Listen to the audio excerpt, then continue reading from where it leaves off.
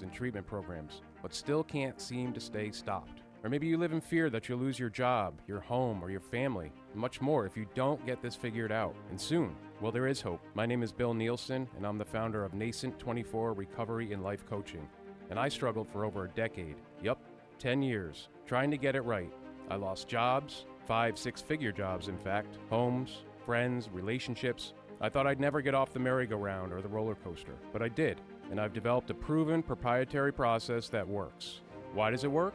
Because it addresses the root cause and not the symptoms. No more Band-Aids on bullet wounds. It's a 12-week journey that will transform your entire life, not just the drinking thing. I work one-on-one with every single client, and your privacy and anonymity are paramount. The great part is that you don't have to leave your home, your job, or your family. Text me the word recovery to 203-241-1266. That's 203-241-1266. Or visit my website, nascent24.com, NASCENT24.com. There is a solution. Take the first step. You won't regret it. Hello, I'm Jim Pullen of Surrogate Sons and Daughters. Are you or a loved one facing the decision to move to assisted living? As we age, we can't do it alone, and a little help can make the difference to maintain independence. Surrogate Sons and Daughters are here to help. Plainly, we are stand-in sons and daughters for hire, advocates to help you age in place. Learn more about us at surrogatesonsanddaughters.com or call me, Jim, at 603-688-7399. That's 603-688-7399.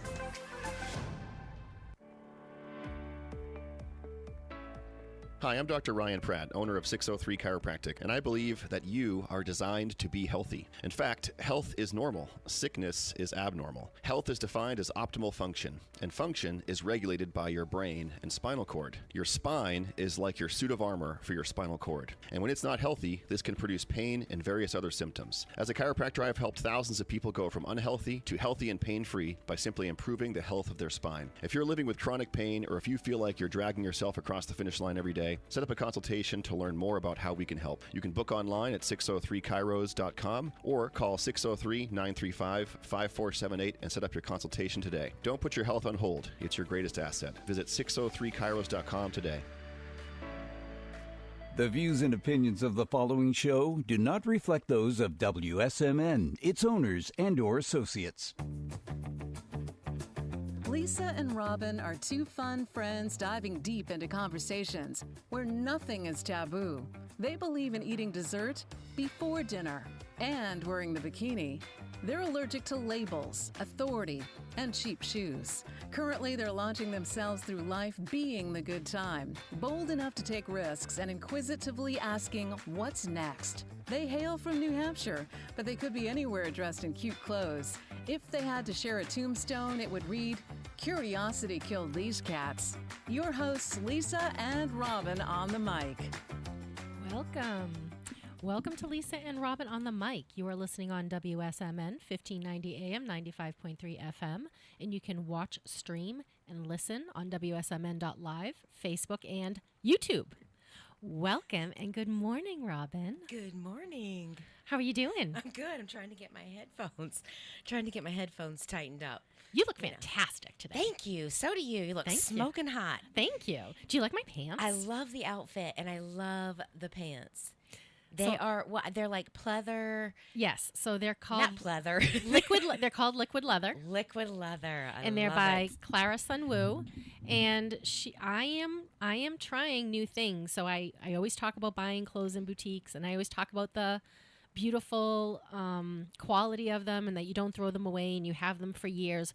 But I'm feeling kind of stuck in my wardrobe. So I went to a boutique that I go to. It's A La Page in Bedford, New Hampshire. They have a great selection of designers I like, so I know I can find something that fits, but also other designers. And that's a great shop. I remember you taking me in there. Yes. It's right off of it's South River Road. Yep, South River Road. And what's the Plaza? I forget the name of that steakhouse. Is it T-Bones? Okay, T-Bones, Frederick's. Pastries is in there. There's a few other businesses. There's a U.S. post office in there, and it's in the back. Yes, it is such a cute shop. And I had several women help me. I had Kim, Francine, Brianna, Hannah, and Vanessa. So Wow. I was trying things on, taking it off, because I was trying to do something different, and I bought some different things that I was like, what do we think? Because I'm trying to do different things, and I love it, but I'm feeling uncomfortable. And they're like, but it looks great. So I am excited to show up just a little differently. I love it, love it, love it. And these pants were the different. Yes, so they're the wide bottoms, like They're capris. stovepipe pants. Stovepipe. That's what you Stovepipe, call them. That's what you call them. Yes. So they're tight up at the waist, which I like that. And then they go the same length all the way down from your hip to the bottom. Yeah, so it's kind of it looks like an A-line though. Yes, and there's a lot of movement to them. Like when I walk, I almost feel like I'm wearing a skirt, like a longer skirt. I like But that. I have the solidity, the solid piece of the pant, or I know I'm not flashing anyone if I bend over. Oh, where's the fun in that? Yeah, and I was like, I love them, but I feel like they're not me. And so they were like, but they look so great. And I came out to get something else because I'm literally like running in the dressing room. All the people are helping me. You know, I had like my own style team. Yes. And It makes you feel good when people are like kind of just pampering and, you feel like a little bit of a celebrity. yes, and they were helping me zip up and zip down and bringing something else. And, because now they see how your body's looking. And then they're like, did you see this? And did you see this? And I walked over and Kim said, those pants look amazing. And I said, I was feeling a little uncomfortable. She's like, but they look amazing. Yeah. And then I wore them to the party I had Saturday night and everyone loved them. And so now I'm feeling a little bit more confident today in I them. love it, love it, love it. So what else did you get there? What other good finds? I got this gorgeous jumpsuit that is almost like a magenta pink. Ooh. And it's all ruffled on the top around the sleeves and around the bust line, but it's very svelte everywhere else. And it's long, but it's just like a piece over your ankle. So that was really cool. I got some sweaters that I was like, I normally don't wear these. So I felt like that was something. And I got this gorgeous dress that just fit me to a T. I would have never normally tried this brand on, but they were like, try this dress on. You got to try them on and put them in, wear the dress. I will. I'm going to step definitely out will. for a minute because we've Yes. got company. So today's an exciting show because we have a local small business on. They were running late because of traffic because that's what we have in New England. And they are coming from, I believe, the North Shore of Massachusetts. And we are just going to get them all set up and have them put on their headphones. Hi, gentlemen. How are you guys doing? Shake off the traffic. So it's funny because people don't know us. We were introduced through a fellow, our coach. And so she said, I think you would really love these people. And I will let them introduce themselves because I don't have an introduction for them. But she was really excited to connect us. She thought we would be a great connection. And I love business owners and I love food.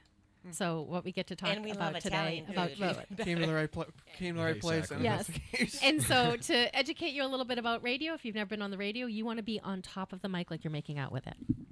We got a podcast. I think Yeah. we're, Oh, you're we're used good. to it at this Yeah. Oh, point. good. Yeah. Perfect. It's like perfect. it's an ongoing thing of like I'm telling Angelo, like the main guy, his older brother. It's like move closer to the mic, Yeah. but he doesn't listen sometimes. Yeah. And he complains after. So welcome to our show. What we like to do is have a good time. So first and foremost, we're going to have a really good time today. Please introduce yourself.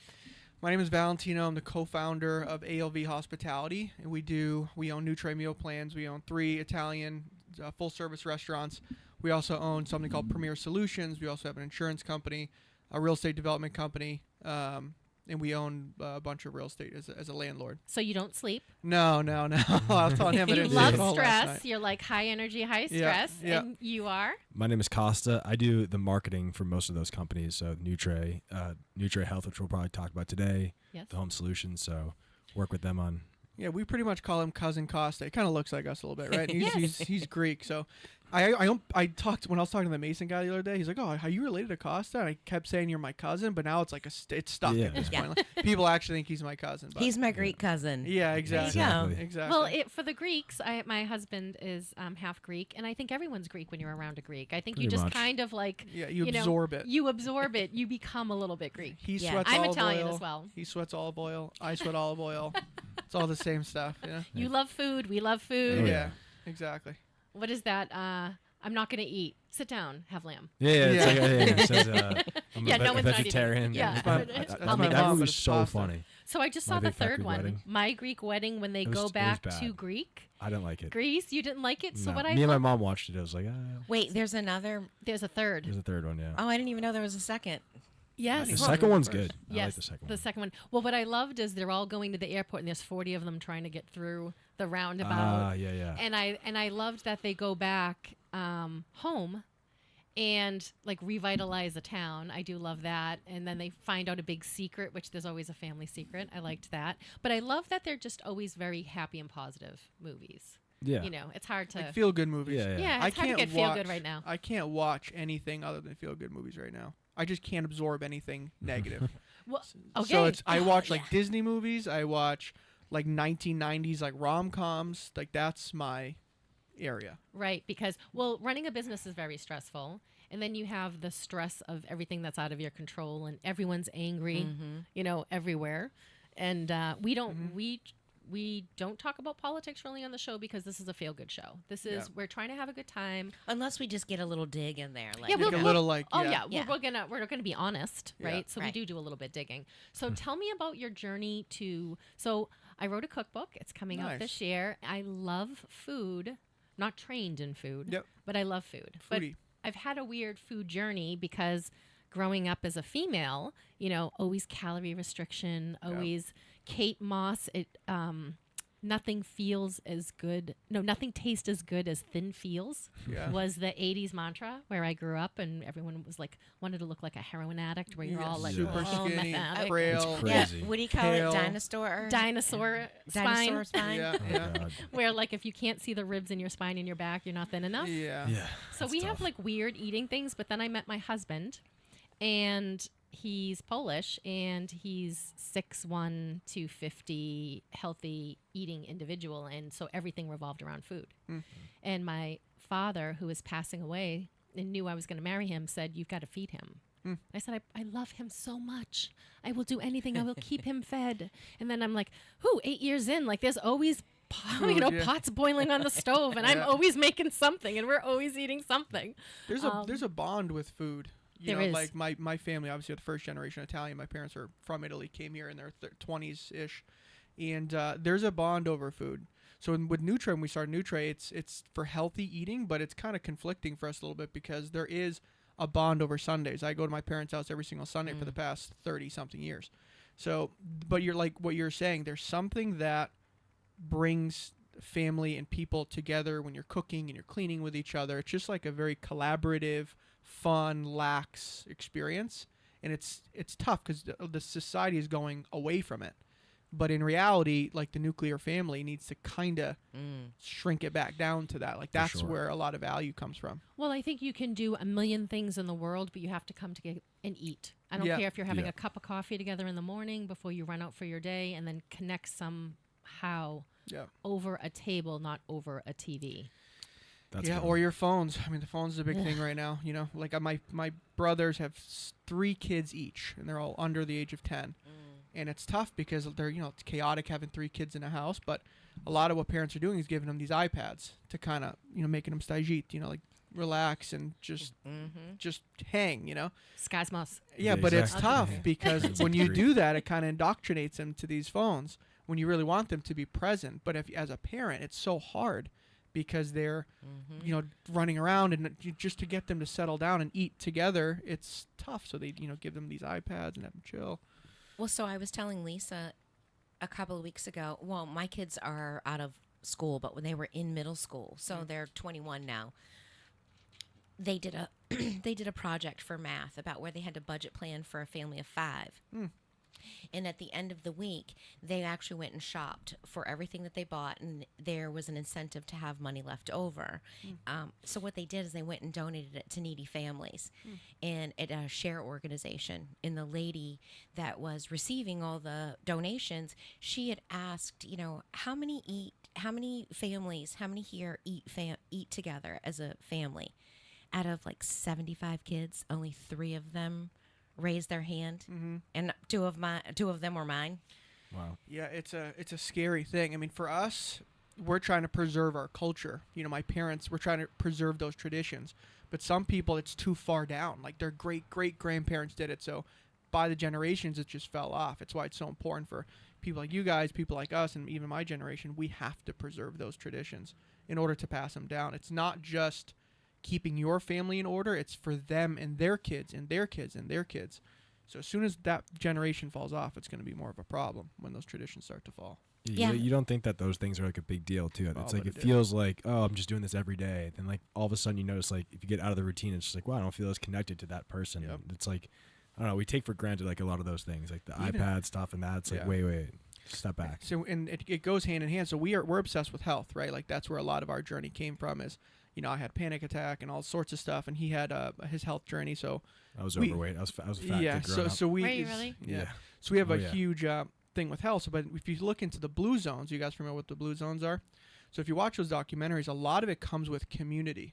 Yes, so the blue zone is places in the world where people live the longest. Yeah, so like over 100. Where's the highest population? Japan? Yeah, there's like 8 of them. California, Japan, Santorini. I'm not Santorini. There's a place in Italy. I forget the name. Anyway.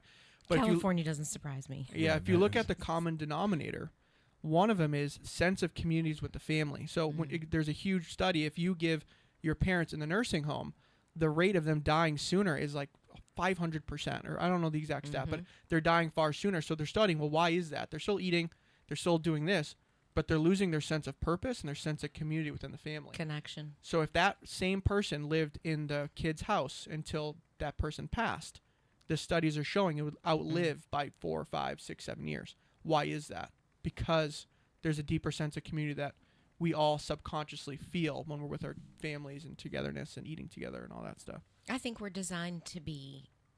I don't think we're designed to be alone, solo.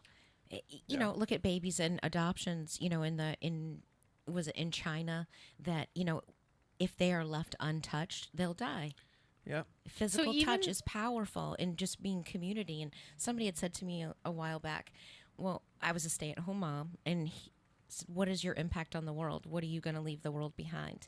And I said, well, if I'm a mom, and if I change one person's life, or my legacy is, it's a beautiful thing. We pray before every meal. And a lot of times our teenagers, we always had a house full of kids, of teenagers, of friends growing up.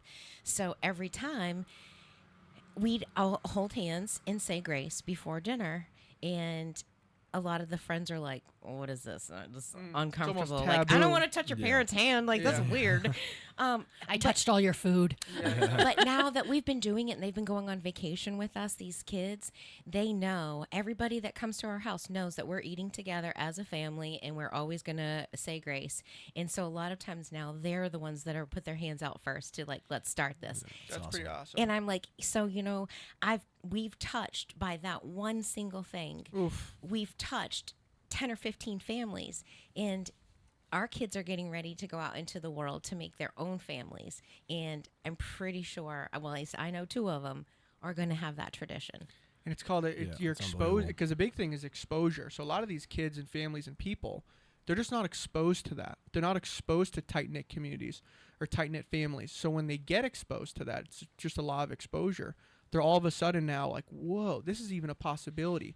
This is something new and something that I didn't realize how much it would touch my soul. So some people just aren't even exposed to it. So the fact that you're exposing people to it is a huge responsibility, and it's an amazing thing. That's 100%. The law of exposure. It goes into business. Some people don't even know they can make so much money until they meet someone who makes that much money, and all of a sudden, boom, it opens up their mind. So it's the same idea, just with traditional values.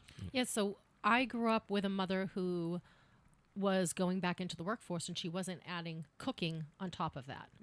She was like, I want to clean home. I'm working all day. And we were always half starving ourselves. So it was starve all day, have one meal, starve yourself the rest of the day. And I grew up from 12 that way. So I had a very food relationship. Very dysfunctional food relationship. And I meet John, and all he wants to do is go out to eat. But he doesn't want to have McDonald's. He doesn't want to have pizza. He takes me to like real restaurants, and I'm having fish, and I end up losing weight, eating way more food. And I'm like, I'm not only nourishing my body for the first time, but I'm also nourishing my soul. I didn't know that it was missing because I had never had it. And it was when I started to have it that I was like, so then we move in together, and he's the cook. He's the one who's like, I want to eat, so we're going to cook. So he makes a couple of meals, and then he kind of sets me off, and then I start to learn. And I had no idea I would be so self-sufficient, and then I had no idea I could indulge. What do I want to eat? I make it exactly the way I want. And all of a sudden, it became this empowering thing to cook for myself. And then I could share that with other people, and then that's where the cookbook idea came from. I need to share. Because so many cookbooks, my parents cooked with me and the grandparents cooked with them, and we stood on stools and we were all wearing aprons and we were stirring in front of the stove. Sounds like and a commercial. It's this perfect Norman Rockwell painting, and I had none of that, but I still came to the place where food is the most important thing in our lives. Everything revolves around food because it revolves around the connection and also around feeding yourself physically and emotionally. Yeah, especially health-wise too. It's like there's so many like supplement brands and different things, which are all like, we believe in supplements. There's great supplements you can take and things that can help, but at the core foundation, like a lot of these other programs are selling something that's different. They're like, hey, take the secret pill and stuff like this, or this injection that is very popular right now, like semaglutide or like the GLP-1 stuff. Yes. Ozempic. But at the end of the day, food is the core foundation. If you're not treating that first and fixing that, there's no point in stacking all these other things. You're just gonna the issue is there's so much miscommunication around what's being pushed. The Harvard studies are pushing this, and this study is pushing that. And your generation that you grew up in, it's insane the amount of disinformation that happened. Before, fats were the evil. They were evil. Yeah. Now it's coming to show that fats is actually not bad. Healthy fats are actually good for you. There was a time in the 80s where they were studying, and there's Harvard studies and all this stuff, that sugar was good for you. Right. All over the news. They took fat out of salad dressings. Yeah. All salad dressing is fat. It's like all fat blends and vinegar, stuff, yeah. right? It's and all they took it out. advertising. That's like literally they invented it. If you look at like, cereal even, there was a time that cereals were pushed to all kids and there was nothing wrong about it, and cereal's healthy and Cheerios, blah, blah, blah. Now they're starting to uncover cereals. They had to put a ban on the sugars of cereals in marketing to kids because it was almost like predatorial how they were doing it. It was. So it's especially your generation, like the 80s was tough because you guys had to learn and relearn and unlearn and learn and unlearn how to eat and what's actually good for you and what's not. And it's even now it's complicated too because there's keto. We got the microwave. Yeah, we got the microwave. Yeah. Right? So many different. Then we started getting packaged foods for the microwave. Yep. And then that really brought in chemicals and preservatives that we had never seen before. Yeah.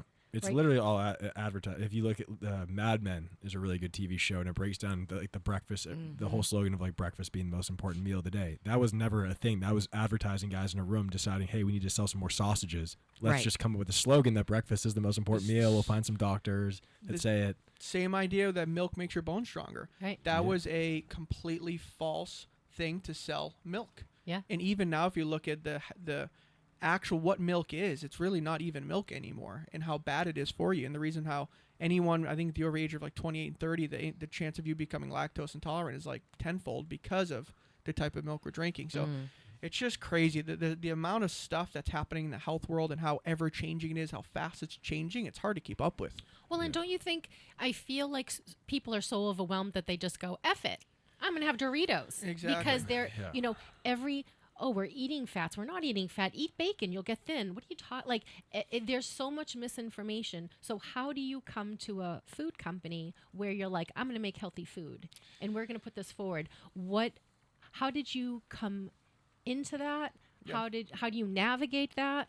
I think it's tried and true. Like, you just have to look at things that are tried and true to like your core. So for example, like whole foods to me is tried and true. No preservatives to me is tried and true.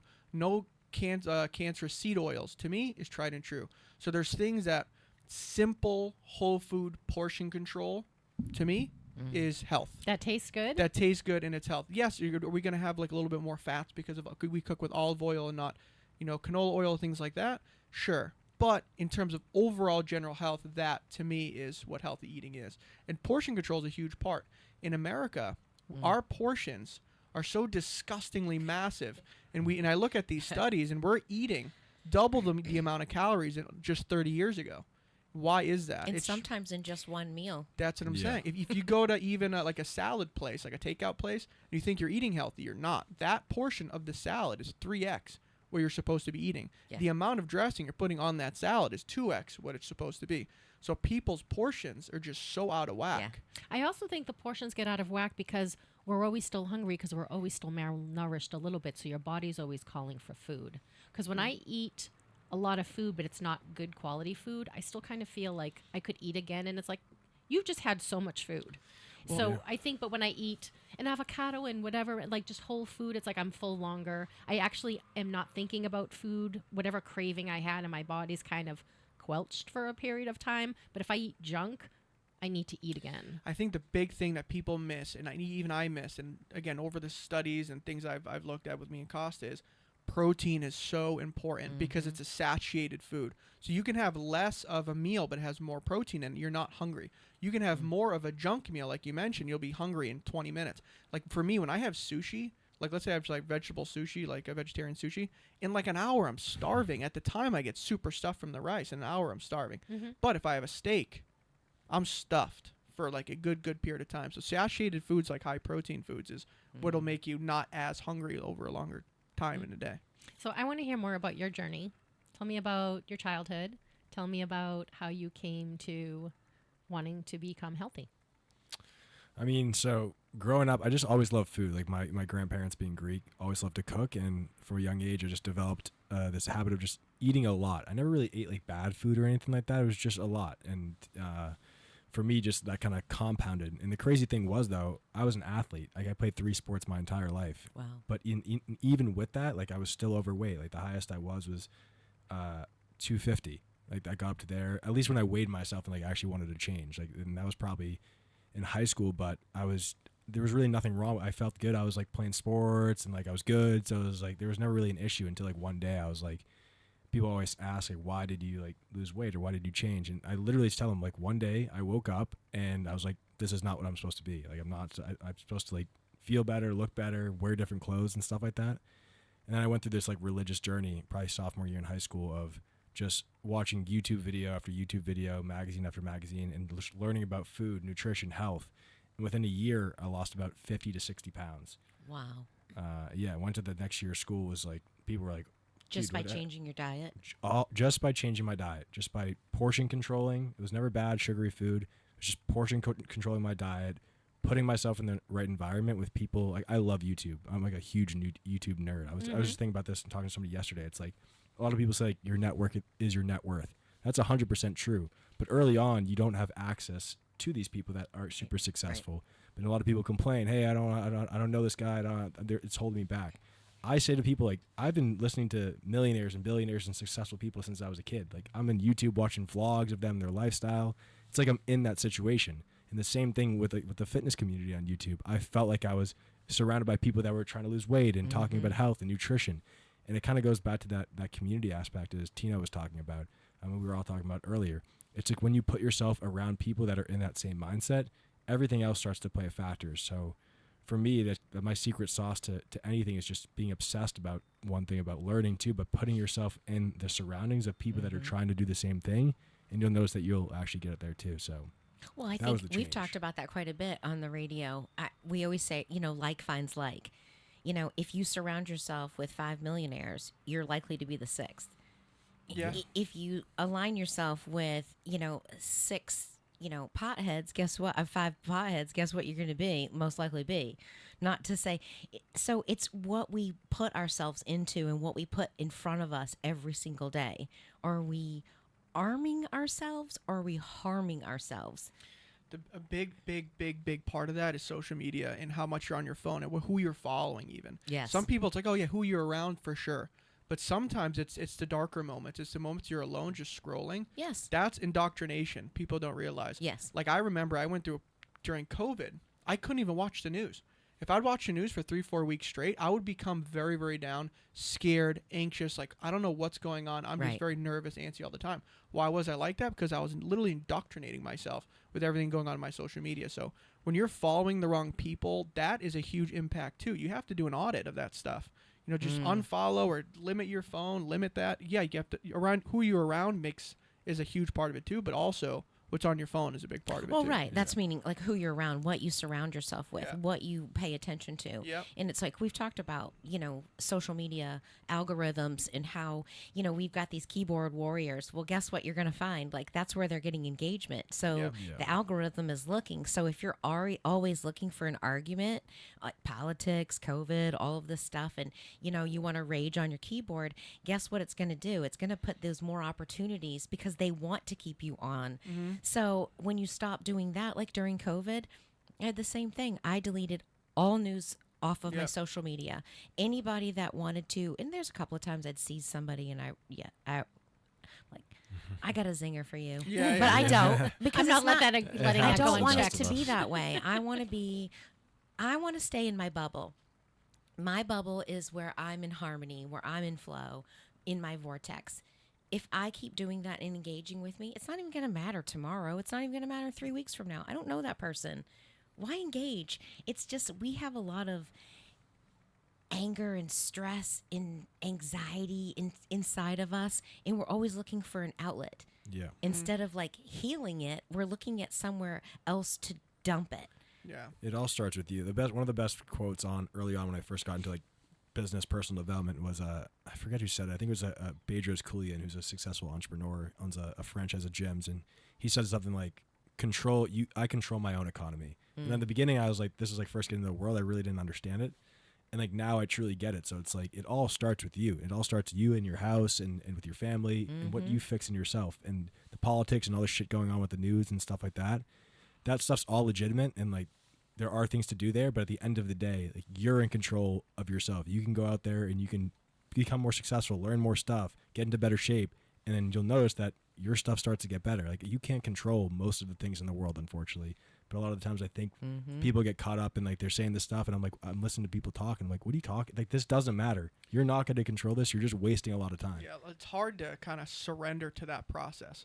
Surrendering to the idea of like, I can't control this, so I'm just going to protect my own peace. That's also why it's so important to physical fitness. Because there's some things that there's bad energy that'll kind of store in your body throughout the day. Something starts to piss you off, you suppress it. Something happens here, you suppress it. You see something, you suppress it.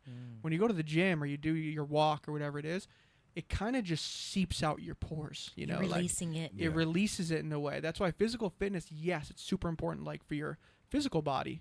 But mentally, for me, is my peace. Like that's where everything comes from. That negative energy just seeps out of my body. I also think there's something to, because this was how I found a lot of mental resolve. I started running. It was the hardest thing I ever did. I couldn't do it, so I was like, I'm going to do it because I can't, right? And I did it to fit into a dress, just because that's superficial me. That's okay though. I was losing weight to get into a dress, and then I found, I lost weight.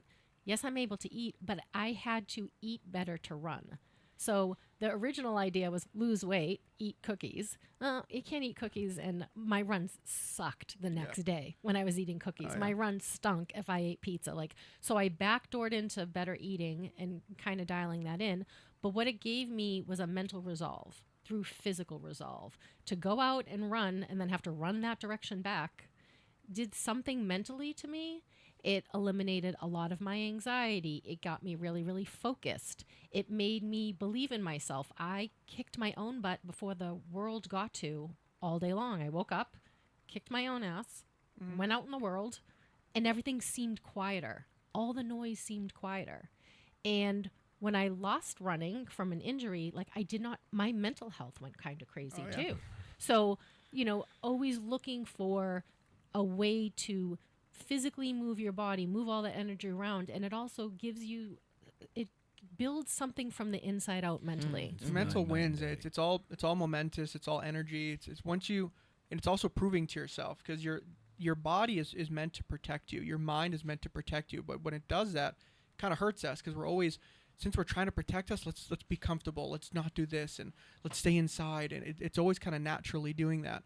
But in reality, the more those wins that you fight against that's when your self-esteem starts to build. That's when your confidence starts to build. That's when all that stuff starts to increase. And it starts from these little momentous wins. I got up this morning, I went to the gym. I got up this morning, I went for that run. I did an extra mile, or anything that you thought that you couldn't do and you did.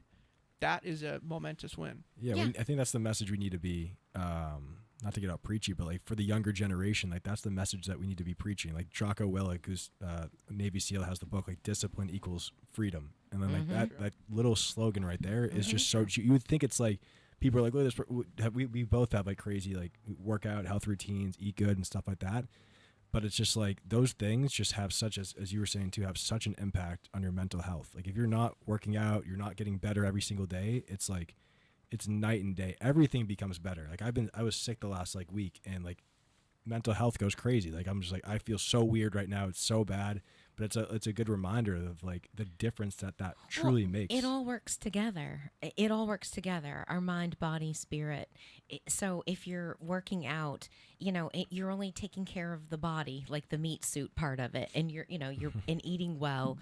But a lot of times they don't think about the mental health aspect of it. Of we don't love ourselves. We don't nurture ourselves. And I do. I think the more that I go down a personal development journey, I find like it all starts with us. Everything radiates out. And when people don't, because sometimes people don't believe in like this whole like energetic taboo thing. But if you look deeper, it's science. Like when you start working out, it raises your dopamine. And it's also, if you're religious, it goes back to, even the Bible and things like that. Like if you really start to look back into certain readings and scriptures, like you will find some of these answers there. So there is, again, it's not just this kind of like taboo, energetic, I can't see it, but do I believe it? It's actual science. Some people say that working out's better than an SSRI if you're on anxiety or antidepressants. There's some studies that say it actually outperforms it. So, I mean, there's some science back too. I really think there's something to sweating. Oh, yeah. There is really like a therapeutic, like get toxins out. Whatever's in, get it out. There's something like, even if you go to a hot yoga and your scalp sweats, you didn't know there was sweat glands on your elbows, but there's sweat there. Yeah. Like running has that same kind of sweat, rowing really hard, or doing something that's so physical that every part of you sweats. And I think one of the things as girls I always realized was I was always trying to prevent the sweat.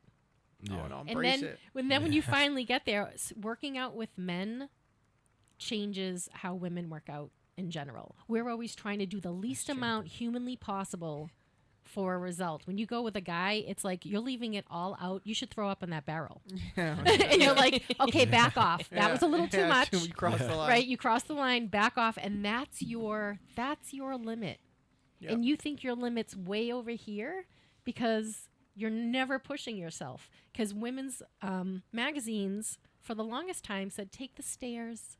Yeah. Take the stairs, park further away, not doing anything. Yeah. And I remember I used to read men's magazines. I'm like, they're telling them to. They didn't tell them to walk the steps. They didn't tell them to walk stairs. They're telling them to lift really heavy weights over their head, or they're telling them to run, whatever their running thing is, run 3 minutes longer 3 times a week. Like they're telling them to push, and they're telling us to ease. Yeah. And so I felt like we were almost set up to fail. And calorie restriction. I do believe we do have to add not a calorie restriction as much as better calories in now, because and I think do we eat carbs? What kind of carbs do we eat? Do I have enough protein? Because now they're saying you have to have 1 pound of protein per body weight. And I'm like, do you know how many calories I'm going to eat to have 1 pound of protein for my body weight? It doesn't have to be that much. I think it's like. But that's why protein shakes are important during that process. It gets you so much protein for little calories. Yeah. So it's hard, but you're right. It is very hard to hit that without the shakes, as he's saying. Yeah. Well, I feel like I'm still having probably 30 more grams of protein than I normally have, so I'm probably way better than I was. Yeah. Because I have to dial back on the carbohydrates to make room for the protein. Yeah. Because there's only so much room you have in your stomach at some point. It's tough. It's a tough dance to kind of go back and forth. If you're really trying to be on it for like a long, sustainable time, it is very hard. And I do think everyone has to do it for themselves. You have to figure out when do you feel good? Yeah. And I think we don't prioritize sleep enough. Oh yeah. I think I get so dysregulated off of sleep. So we've been having these networking things at night for business, and I stopped going to them because I'm like, I'm old. Yeah. Right? I can't be up at 5 o'clock in the morning and out at 9:30 at night because I'm seasoned. I'm seasoned. Yeah. Right? I'm experienced. Weirdo. He's asleep at 8 p.m. every night. Good Not, for you. More like 9. No, now has been a mess because like I was saying, I was sick before, so like the time change was just this avalanche of. But sleep is like literally like the craziest. I used to go to bed at like 1, 2 in the morning when I was in college and stuff like that. I wouldn't get up till 11, 12 p.m. Yeah. My friends knew that all the way. And like now it's kind of like a joke. I have to get made fun of. Dude, you're not up till like 10, 11 o'clock.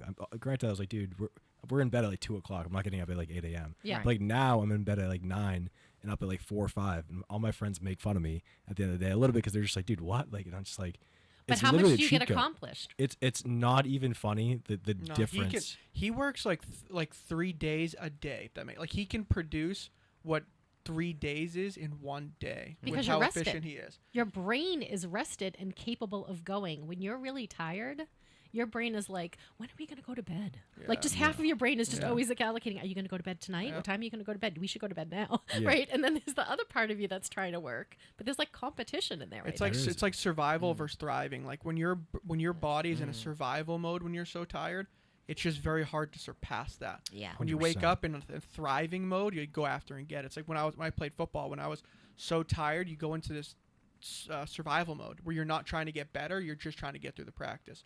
In those days, you don't get better. But the days that you're like thriving through practice, that's when you get better. No, the sleep thing is I wear an Oura ring. I know they can't see it, but like Whoop is a good one too. Oura ring is good, and I can tell you like the better the sleep is, it's not even like close. The mental performance is just like through the roof. Like it's crazy because like growing up, you'd hear this stuff of like, oh, rich people don't sleep, successful people don't sleep. Like sleep is for babies, and at the end of the day, see, that's what I got caught in. Yeah.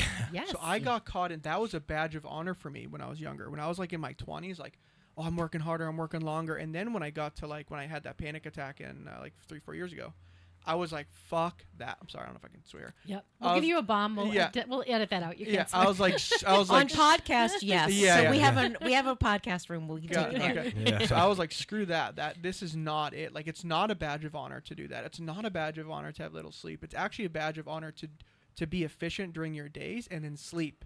That is more of a clout thing, like more of like a well, it was thing sleep of when honor. you were dead. Yeah, We had the motto sleep. But when it you're was dead. always pushing. Like I'm not going to be successful if I'm not grinding 24/7. Right. So I just want to just go back for a minute, and I want to hear your story. So where in Italy are your parents from? They're from a place in Avellino. It's a very, very small village. Both my parents grew up pretty poor. Like Closest very, very poor. to what? Like big Naples. Naples. Closest, yeah, but it's farmlands. So they grew up in like a farm, like no heat, at night they would just huddle around a fire, like very, very, very old school. So Poor. did your parents start the restaurants in Boston? No, so the story is my mom came here when she was 8. My dad came here in his 20s, and he started a construction company when he got here. No English, no nothing. So he was a very inspiring person. I mean, in Italy, he ran away from his house when he was 11 or 12 years old after his mom passed, and pretty much worked for food. Lived on a train, real crazy grassroots stuff. Worked his butt off. Came here, started a construction company with no language with a couple partners. Did pretty well for himself. Then had a heart attack at 40. Wow. He had diabetes. He had another heart attack later down the road. Then he had to stop the company. So for us, that was like my first exposure of stress and how it can affect the body. And how old were you? I don't remember. I mean, I was young. I was probably 6 or 7, but I remember the panic in my house because he was supposed to die that night. He got very lucky. He pretty much begged the doctors for him to stay overnight. He had chest pains the night before. Begged them to stay. They were going to release him. That night he had a heart attack. And then it happened again. And then again, he had 2 stents in his heart. But it was all related to stress. Because of the construction industry and OSHA and all the stress he was having, it was crazy. So that was my first exposure to like... And coming to a country and not knowing the language and building something. Yeah, he's a savage. I mean, people like that generation of people that came to this country for the American dream and worked, people have no clue. I have no clue what that's like. You're talking no language, no culture, no idea of the law. No subsidy programs. Nothing. Zero. They didn't give these people nothing.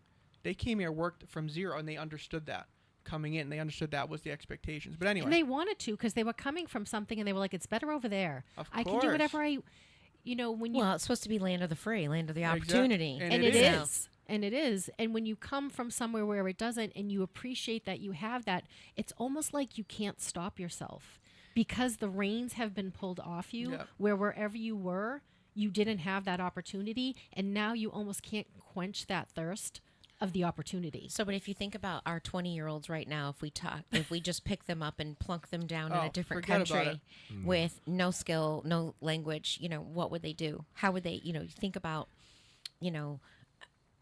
the older generation, and we're starting to get into that, stereotype. They have no comprehension and understanding until you experience something. You can tell the stories, but until you've actually had it impact you or touch you, do you have any concept of it bothers me so much when people hate on America because, and this is why. Do I think America has a lot of problems? Yes. Do I think its current government is acting insane? Absolutely. However, if you compare it, it's all perspective, compare it to someplace in Italy, someplace in Brazil, someplace in Colombia, Argentina, all these other countries. Venezuela. It is it's haven. It's heaven. Do we have our issues? Absolutely. But it is still the land of the free. Yeah. You can still make your decisions. You can still have the destiny of your own destiny here. Some countries, they do not have that. And I was exposed to that as a young age. So I'm a patriot of this country for sure. We are as well. As well. And it bothers me. Like, yes, is it getting corrupt? Absolutely. Is there things happening in the government that's wrong? Yes. But do not sit here and complain about America and your issues, and you grew up in this household. People came here with nothing, right? And they made it. And you have your subsidies and all this stuff, and you're complaining. Like, there is a way out. It's just you're not doing it. You're not working. And you have to look to yourself. What am I doing? What am I not doing? Right. What am I doing or what am I not doing? And how are they doing it? We complain about social media, but we have, like you said, YouTube. If you go on YouTube, you can see how to drywall a wall. Absolutely. You can see how to fix a car. I have a family member who teaches people how to fix cars on YouTube, on the internet. And people write him from all over the place, and he finds manuals for them and mails them, so they also have the manual. You can help people, and you can have so much education and help that's free.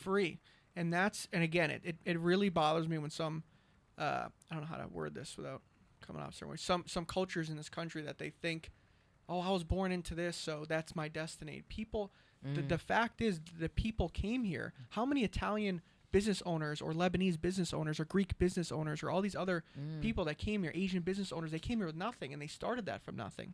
So if those people could do it with no language, why couldn't you? It's just, right. I don't know, kind of bothers me. Well, I think we set our own ceiling. We operate on a limiting belief system. And so I said to somebody the other day, think about, we were outside and you could just see the stars outside in our backyard. You could just see, there's a whole canopy. And you can see the Little Dipper on this side. If you look to the right, you can see the Big Dipper.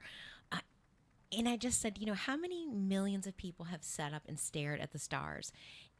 Can you imagine seeing a shooting star for the very first time?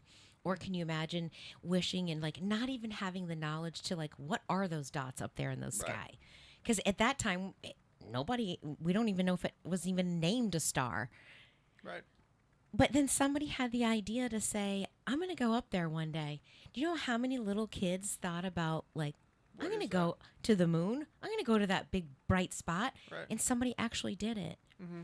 And if we can all apply that, we have that same capability inside of us. Yeah. 100%.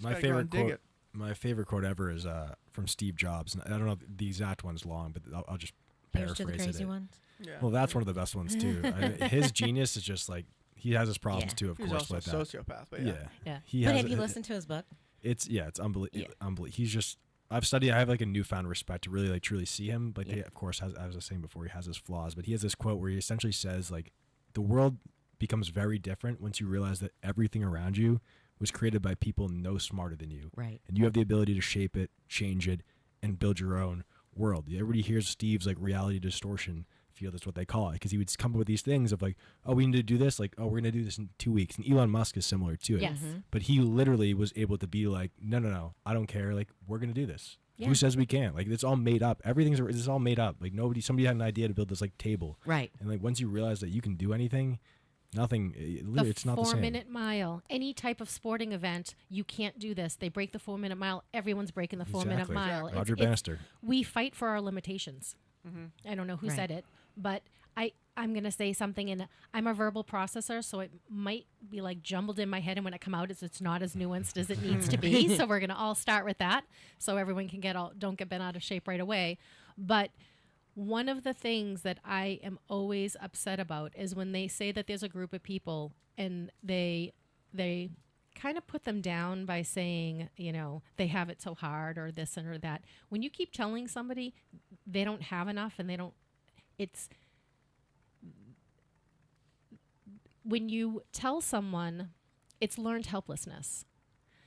You know what? You're Greek. So Greeks, they're always worried about X. They're always worried about food. They care too much about family. They never venture out. They're cheap. They're this. They're that. They're this. Well, that's all limitations I'm putting on you. You don't need to hear that. Absolutely. Right? So it's if huge. Right? So if you go around, there's a point for a subsidy. There used to be when there were skyscrapers and people would fall off the skyscraper because there wasn't OSHA and they were not even tethered, right? And they'd fall to their death, and their family, who was all sitting at home with 25 children because there was no birth control, and dad just fell off the 35th story of a building that they were erecting. Yeah, a subsidy was to help that family not starve to death. Right. We have gone crazy. That's crazy. With everyone needs a helping hand, but not forever. You don't get a helping hand forever. Now, if you're paralyzed or you have there's real reasons to. Absolutely. And we have, as a society, a free society, we're supposed to help the people that need help. But we're also supposed to teach people to fish. 100%. We have more. Yep. We have more ability in this country than any other country, I think. 100%. And I at first was I didn't really know much about Elon Musk, but the more and more I learn about him, the more and more I like him, because he doesn't take no. And he's colonizing Mars amongst a million other things. And when he bought Twitter, it's because he had enough. And I was like, I love that he has enough money that he can be like, all right, free speech, a South African telling America that's free speech is out of control. That's your government out of control. 100%. He did America justice here. He did. That's the only. That's going to be the only platform, especially when this TikTok ban happens or whatever. It's going to be the only platform that is going to be completely free speech, and it's going to be more non-wokeness, which is hugely important. Yes. So just keep me on track. We go to the top of the hour. We go to a couple of commercials. We'll get you some water, and then we'll have you back on for the second hour too. So just because I want to hear your story. I want to hear the restaurant to Nutre Foods and what you guys are doing with that and where that's going to go, because that is exciting. Cool. Yeah, we have a couple more minutes. You did touch on a really important topic of limiting beliefs. That's why motherhood is the number one most important job in the entire world is being a parent, because a lot of parents are giving these kids limiting beliefs. Yes. It's like how you're getting raised is a lot of the problem in some of these issues that we're seeing.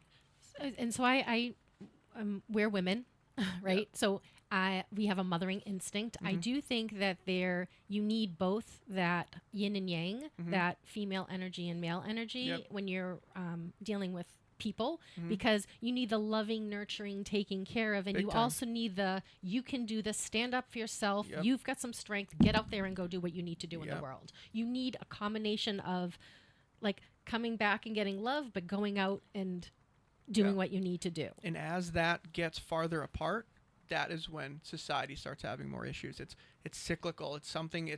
You see it in animals. You see it anywhere. It's a very pattern that's very obvious to see. The nuclear family is extremely important, and as that gets broken, you start to see the domino effect of other societal issues. Yes, that's 100%. Yeah. So I said when we were our kids were going through high school, they had the whole bathroom gender conflict in their school. Was like, well, what do we do? I'm like, you just slap restroom on the door and you leave it at that. Yep. And so we were talking about it, and their school is a cooperative school. It's a little bit more progressive. They did a lot of debates because they're trying to draw it out. And critical thinking. They're trying to teach critical thinking. And does your argument stand up to an argument? Right. But the thing is, they're unbiased in it because your grade was always, it's very clear. Because I always had one that was a pleaser and wants to, to do a good job. She wants to impress you. And then the other one says, I'm going to tell you how it is. And when I tell you how it is, it's not aligned with what the teacher is. So the grade is reflected. Even though it's great, it's a great debate, but you're not teaching them. You're saying, well, that's good. They're not welcoming both sides of the information. And the thing is, we don't change if we don't have some kind of a resistance or something to bump against. A struggle. Yeah. We don't have a thing. So you're not receiving. And then, politics, COVID, everybody gets so polarized instead of saying, hey, I'm being open to interpretation. And the other thing is, let's see. We have to learn new stuff all the time. Mm-hmm. Right? If you know everything. If you're not growing, you're dying. That's how I feel. Exactly. The minute you stop, you're done. You're Yeah. toast. Yeah, and you have to keep learning and understanding things differently, because even about a topic that you think even like health, right? You learn something different, and you identify something different, and that's how. If you're not open to the new idea and you know everything, you know nothing. Oh yeah. Absolutely nothing. Even when we hire someone, if I hire someone, they think they know everyone. Don't bother. You came to the wrong place. Never can. It's Yeah. not Well, worth it. stay tuned. We will be back at the top of the hour. See you in a minute. WSMN 95.3 FM Nashua. Listen, watch, and stream at WSMN.live. Have you tried to quit drinking before, and much to your surprise and dismay, you couldn't? Have you tried therapy, meetings, and treatment programs, but still can't seem to stay stopped? Or maybe you live in fear that you'll lose your job, your home, or your family, and much more if you don't get this figured out, and soon. Well, there is hope. My name is Bill Nielsen, and I'm the founder of Nascent 24 Recovery and Life Coaching. And I struggled for over a decade. Yup, 10 years, trying to get it right. I lost jobs, 5-6-figure jobs in fact, homes, friends, relationships. I thought I'd never get off the merry-go-round or the roller coaster, but I did, and I've developed a proven proprietary process that works. Why does it work? Because it addresses the root cause and not the symptoms.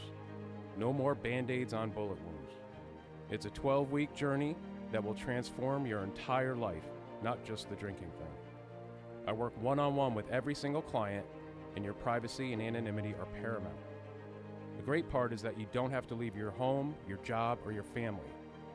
Text me the word recovery to 203-241-1266. That's 203-241-1266. Or visit my website, nascent24.com, NASCENT24.com. There is a solution. Take the first step. You won't regret it.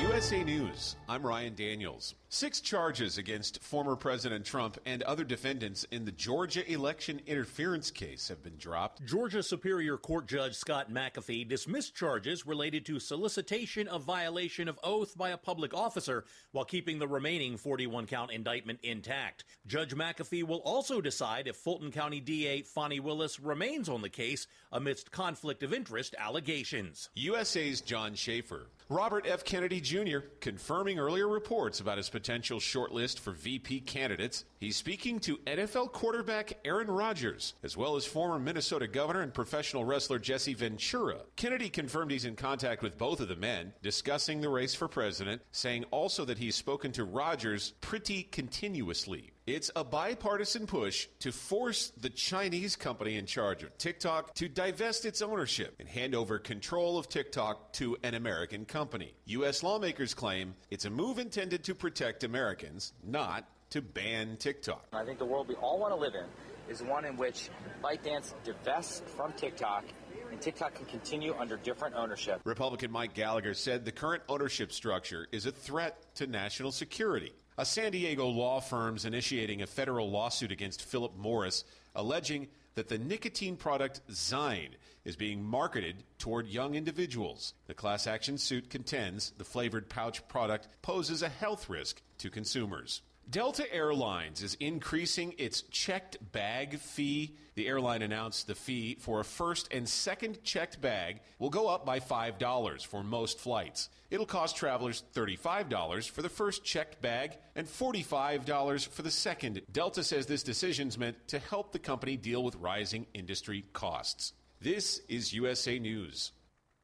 Omaha Steaks is rewriting the book on burgers with an all-new handmade texture for the juiciest home-style burgers you've ever tasted. Their pure ground burgers are made from single cuts of real aged Omaha steaks. These are truly steaks on a bun. Filet mignon, ribeye, New York strip, sirloin, and even brisket burgers. Now is the time to experience the exclusive Burger Perfection Flight for just $79.99. Go to omahasteaks.com and use promo code TREAT at checkout to get an extra $20 off your order, plus free shipping. You'll get 4 of each pure ground burger, so you can sample all the steak on a bun greatness. These burgers are crafted for a juicier, more tender experience, making your mouth water with every single bite. Don't wait. Go to omahasteaks.com. Use promo code TREAT at checkout and get $20 off the Burger Perfection Flight and discover your new burger obsession. Minimum order may be required. Alltrix Primary Care, Nashua.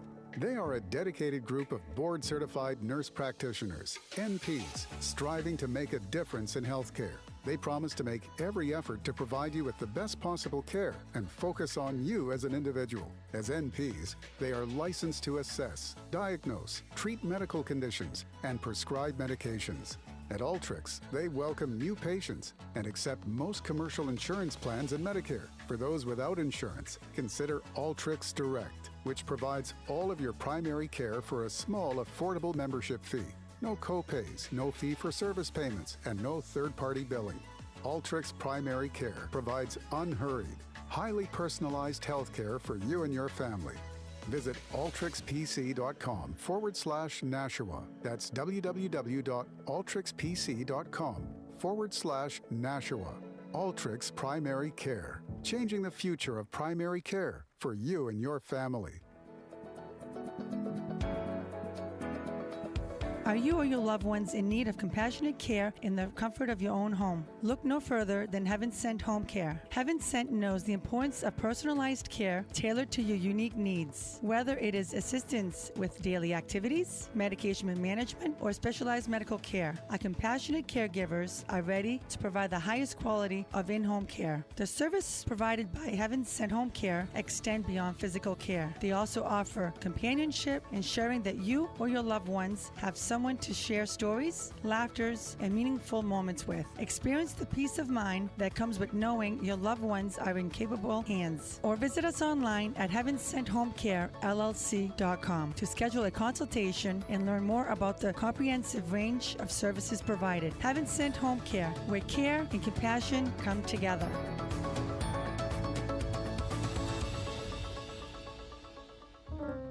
Are you craving a delicious home-cooked breakfast or lunch? Look no further than Cookie's Diner, Hudson's favorite dining spot. But it's not just about the food at Cookie's Diner. Their friendly staff provides top-notch service, making you feel like part of the diner family. Cookie's Diner, conveniently located at 222 Central Street in Hudson. They're open Monday through Saturday from 7 a.m. until 2 p.m. and Sunday from 7 a.m. until 1 p.m. Call-ahead orders are always welcome via DoorDash or by calling 603-880-3424. Cookie's Diner, where great food and fantastic service come together.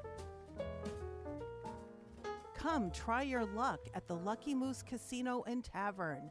Your favorite casino gaming machines await you, including Ultimate Firelink, Buffalo, and Wheel of Fortune. Visit the Lucky Moose, exit 6 off the Everett Turnpike, or online at theluckymoosecasino.com. Open daily at 9 a.m., breakfast 9 to noon, and our delicious menu available for the rest of the day. Burgers, chicken tenders, pizza, and more. The views and opinions of the following show do not reflect those of WSMN, its owners, and/or associates. Lisa and Robyn are two fun friends diving deep into conversations where nothing is taboo. They believe in eating dessert before dinner and wearing the bikini. They're allergic to labels, authority, and cheap shoes. Currently, they're launching themselves through life being the good time, bold enough to take risks and inquisitively asking, what's next? They hail from New Hampshire, but they could be anywhere dressed in cute clothes. If they had to share a tombstone, it would read, "Curiosity killed these cats." Your hosts, Lisa and Robyn on the mic. Welcome back to the second hour of Lisa and Robyn on the mic. You are listening on 1590 AM, 95.3 FM. You can watch, stream, and listen on WSMN.live. We are live on Facebook and YouTube as well. We are in the studio with a couple of gentlemen who have 95 businesses. They're making the world better in every possible way. They have health companies, they have real estate companies, they're providing housing, they're providing We're kind of all over food. the map. You're all over. Yeah. Tell us a little bit about what your health company does. You make and provide healthy food. Yeah, so Nutre Meal Plan's inception was 2017. From a bunch of different reasons. My father was type 2 diabetic, had heart attacks, like I mentioned. My oldest brother worked in the restaurant as a chef for a long time, so he got to 430 pounds. So he was majorly obese, really scary, had a kid. Started, become the conversation of like, dude, in a couple of years you're going to be in a wheelchair. So we started meal prepping him out of the restaurant, out of one of the restaurants that we had. Because we have all the food, we have all the chefs, we had everything. So like, hey, let's meal prep him. So as he lost 100 pounds during that process, my dad got off of his insulin. So if you know anything about diabetes, 90% of it can be reverted with nutrition. And that's where a lot of my obsession came from, because when I used to bring my dad to the doctors, he doesn't speak in English. So I used to go take him to the doctors, me, my brothers, my mom. And I remember when we went to his doctor and he was talking about, his nutrition, they wouldn't give him anything. They just gave him like a piece of paper and said, good luck. And for me, I'm like, this guy is Italian. He doesn't know anything about healthy food. He doesn't know anything about nothing. He pasta bread. That's not good enough for him. So it kind of aggravated me a little bit how the hospital system treats it. So we started meal prepping them. My dad had good results. My brother had good results. And then friends of ours were like, hey, can I get that? Sure, he opened up to friends and family. At the time, I was friends with a lot of the Patriot players. I had a really big network back then and a lot of athletes and celebrities and stuff. So I started giving them it, and then it just kind of spiraled. And then from now, I think we're the biggest meal prep company in New England. We have a 30,000 square foot facility in Peabody. We service the entire East Coast. We hand deliver all the way down to New England, tri-state, down to Philadelphia is the farthest low we go. And then we've kind of just evolved and pivoted along the way. We offer different foods, 35 different menu options per week. It rotates. A lot of different data went through kind of why we offer certain meals, but it's all healthy meals, gluten-free, dairy-free, diabetic-friendly, weight loss, low carb, low calorie. We have a bunch of different preferences, but we have a lot for a lot of people. But it's for people who are trying to either lose weight or looking for medicine for food or just trying to eat conveniently healthy. So if I had a family of 4 and I'm working and I'm like, I'm never going to cook for my family, I want to have at least 3 meals a week delivered. What does that look like for, do I go online? Is there a phone number? Do I shop online to pick my meals, or do you guys determine what meals come out? So you can pick all your menu online. Everything's online. You go on, you pick your menu, What's you pick your meals. What's the email address for everybody? The website is www.gonutre.com, GONUTRE.com. You can go on there, place your order for Wednesday at midnight. We deliver to you that weekend. If you live in the New England area. New Hampshire, if you live in this area, we hand deliver to you. And it's interesting. Hand delivery is just so much better than shipping because we have more control over the damage, the timing of the food. You get notifications on the exact time it gets there. You have a picture when it gets delivered. So it's very kind of like white glove service delivery, and that's really important for us.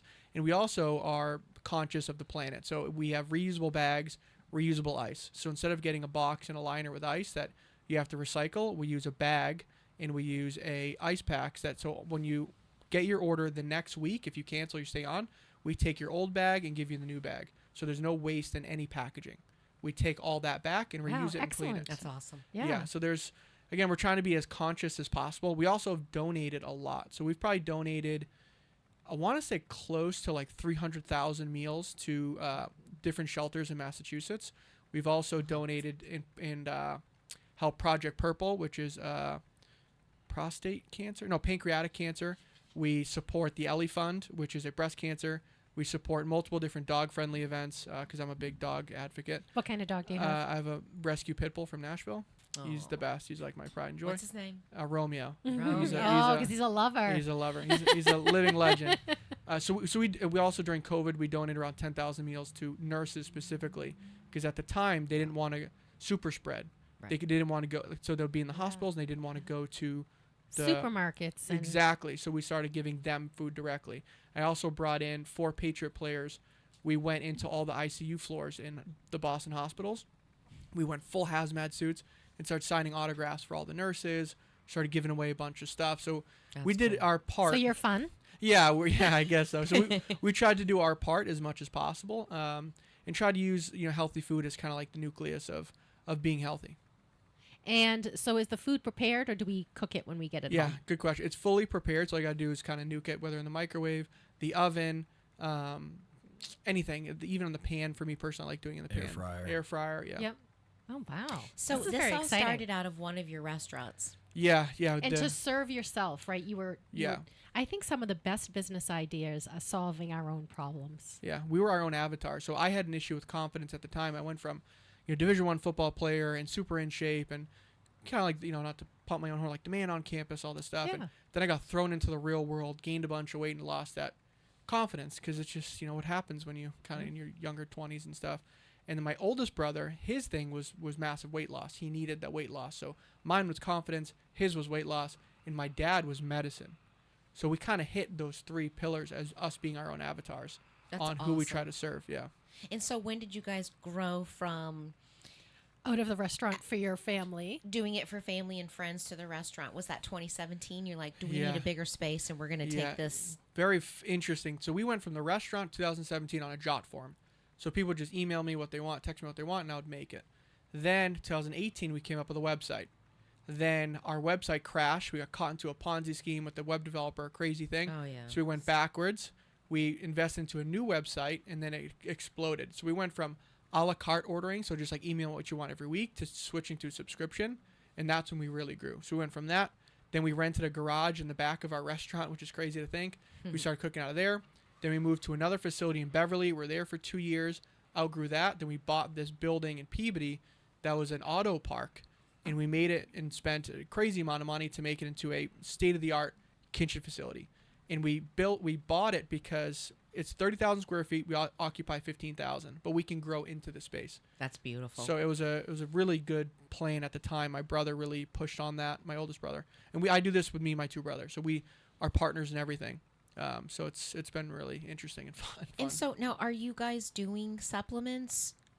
So not yet. So we started as food being the pillar and kind of see how it goes, because there's still so much meat on the bone, how we can grow. Yep. As of recently, we started, Costa's involved in this project, is something called Nutre Health, and it's health optimization, pretty much is what it is. It's being a superhuman, because there's levels to this. With health, food is a huge pillar. But a lot of it, you have to test your body to see where you're at. So it's almost blending functional medicine with healthy foods and optimizing all that process to create this new service that's going to be called Nutre Health. Nice. So I will say that I read this book, and I tell everyone about this book because this book was fascinating. It's called Brain Energy. It's by a Harvard psychologist who says that everything we know about mental health is wrong. Okay. And so much of it comes from a million different things, but diet and nutritional deficiencies. So he had this guy who, massive bipolar, all of these problems. He was hugely overweight. He came to him to try to lose weight. So he puts him on a ketogenic diet, tests him, find out that he has like no B vitamins. Yep. He's like literally not even just deficient. He just has none. And so they start supplementing him. All of his bipolar symptoms go away. He loses hundreds of pounds, and he is a functional person out in the world. And he's like, all right, let's see what goes on in the back of this. And so he talks about how mental health, cardiovascular, I should say mental health, and if you say like mental disease or like some kind of problem, like yes, everyone has depression or something when you have a specific thing for it. So you lose someone, you're going to be a little depressed for a little while. That's perfectly normal and natural. But if you're depressed all the time, you have a decent life and you're depressed, there's something else going on. But he talks about the fact that the body, the mitochondria and everything in the body has so much to do that without the energy to do so at a cellular level, the body starts shunting energy to certain systems because I can't handle the whole thing. And the brain takes so much energy, it shunts from the brain first, and then the cardiovascular system second.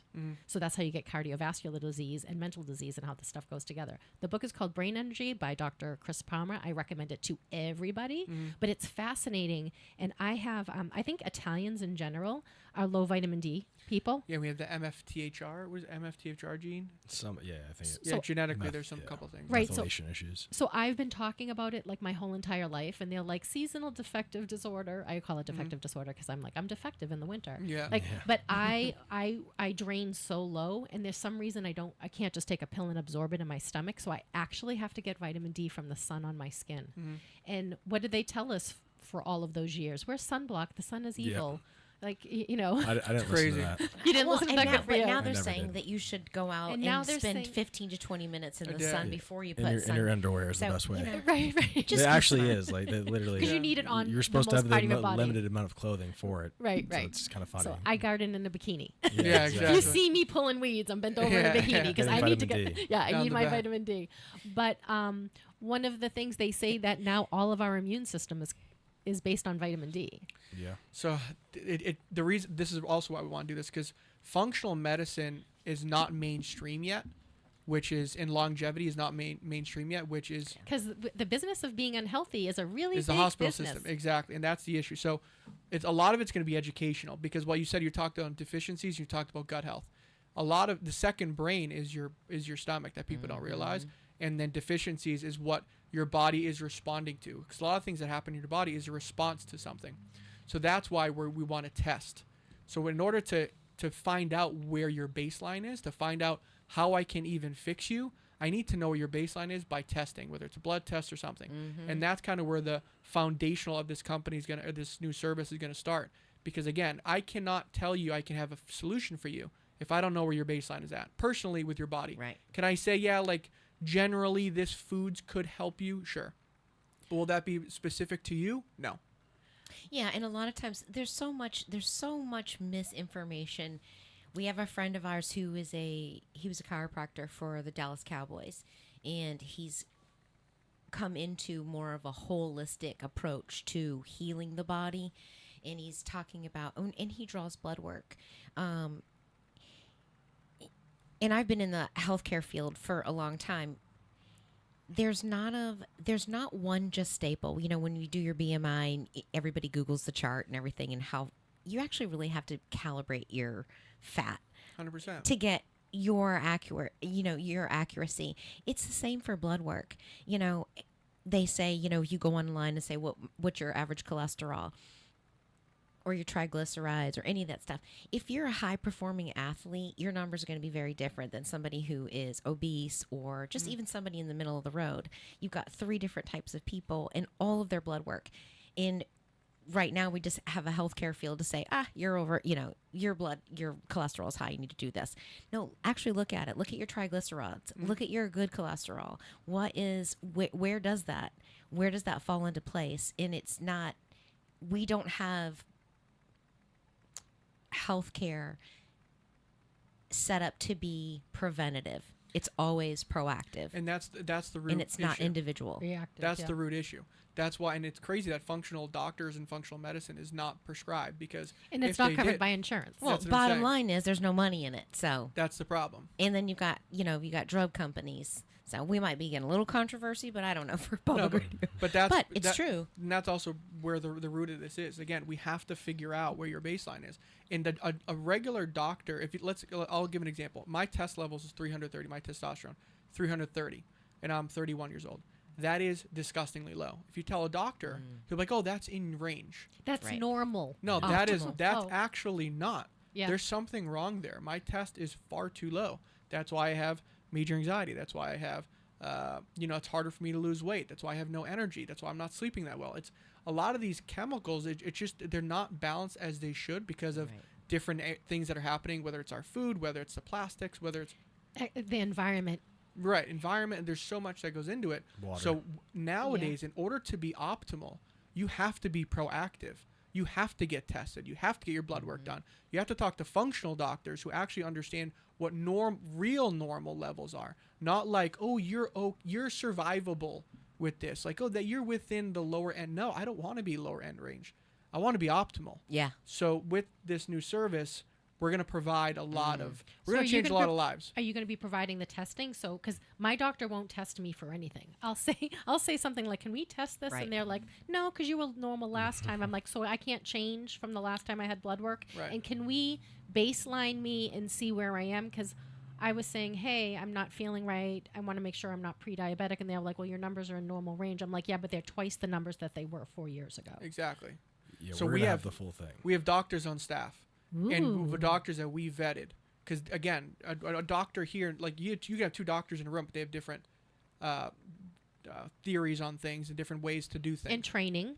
So we vetted the ones like, okay, you guys are in line with how we're in line morally, and what our generalities of like what true health is, so and what optimal health is, and to be a superhuman and to live longer and longevity and to live a more vitality, right? Is that the word? Yeah, that's the word.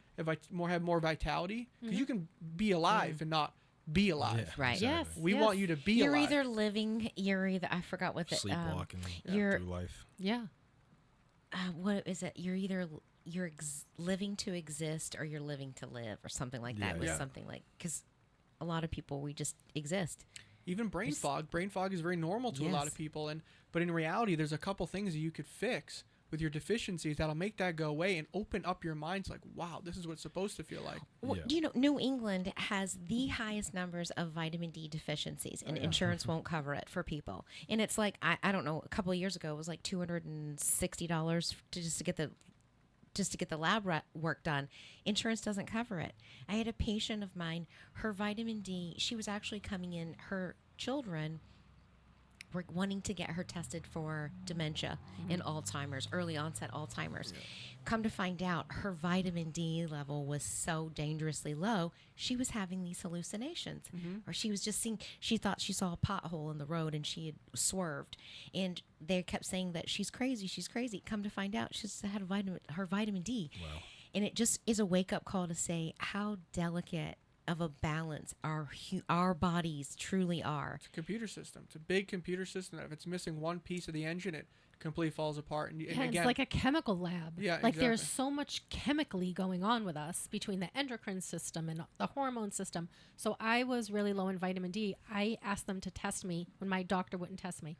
I went to another doctor and said, not through my insurance or anything, can you just do this? I think I'm getting rheumatoid arthritis. And she goes, you're probably low in vitamin D. I was really, really, really, really low in vitamin D. And she started giving me vitamin D shots. Within the first week, I'm like, I woke up and I didn't feel like the Tin Man in Wizard of Oz, where I felt like everything was like, when I woke up in the morning.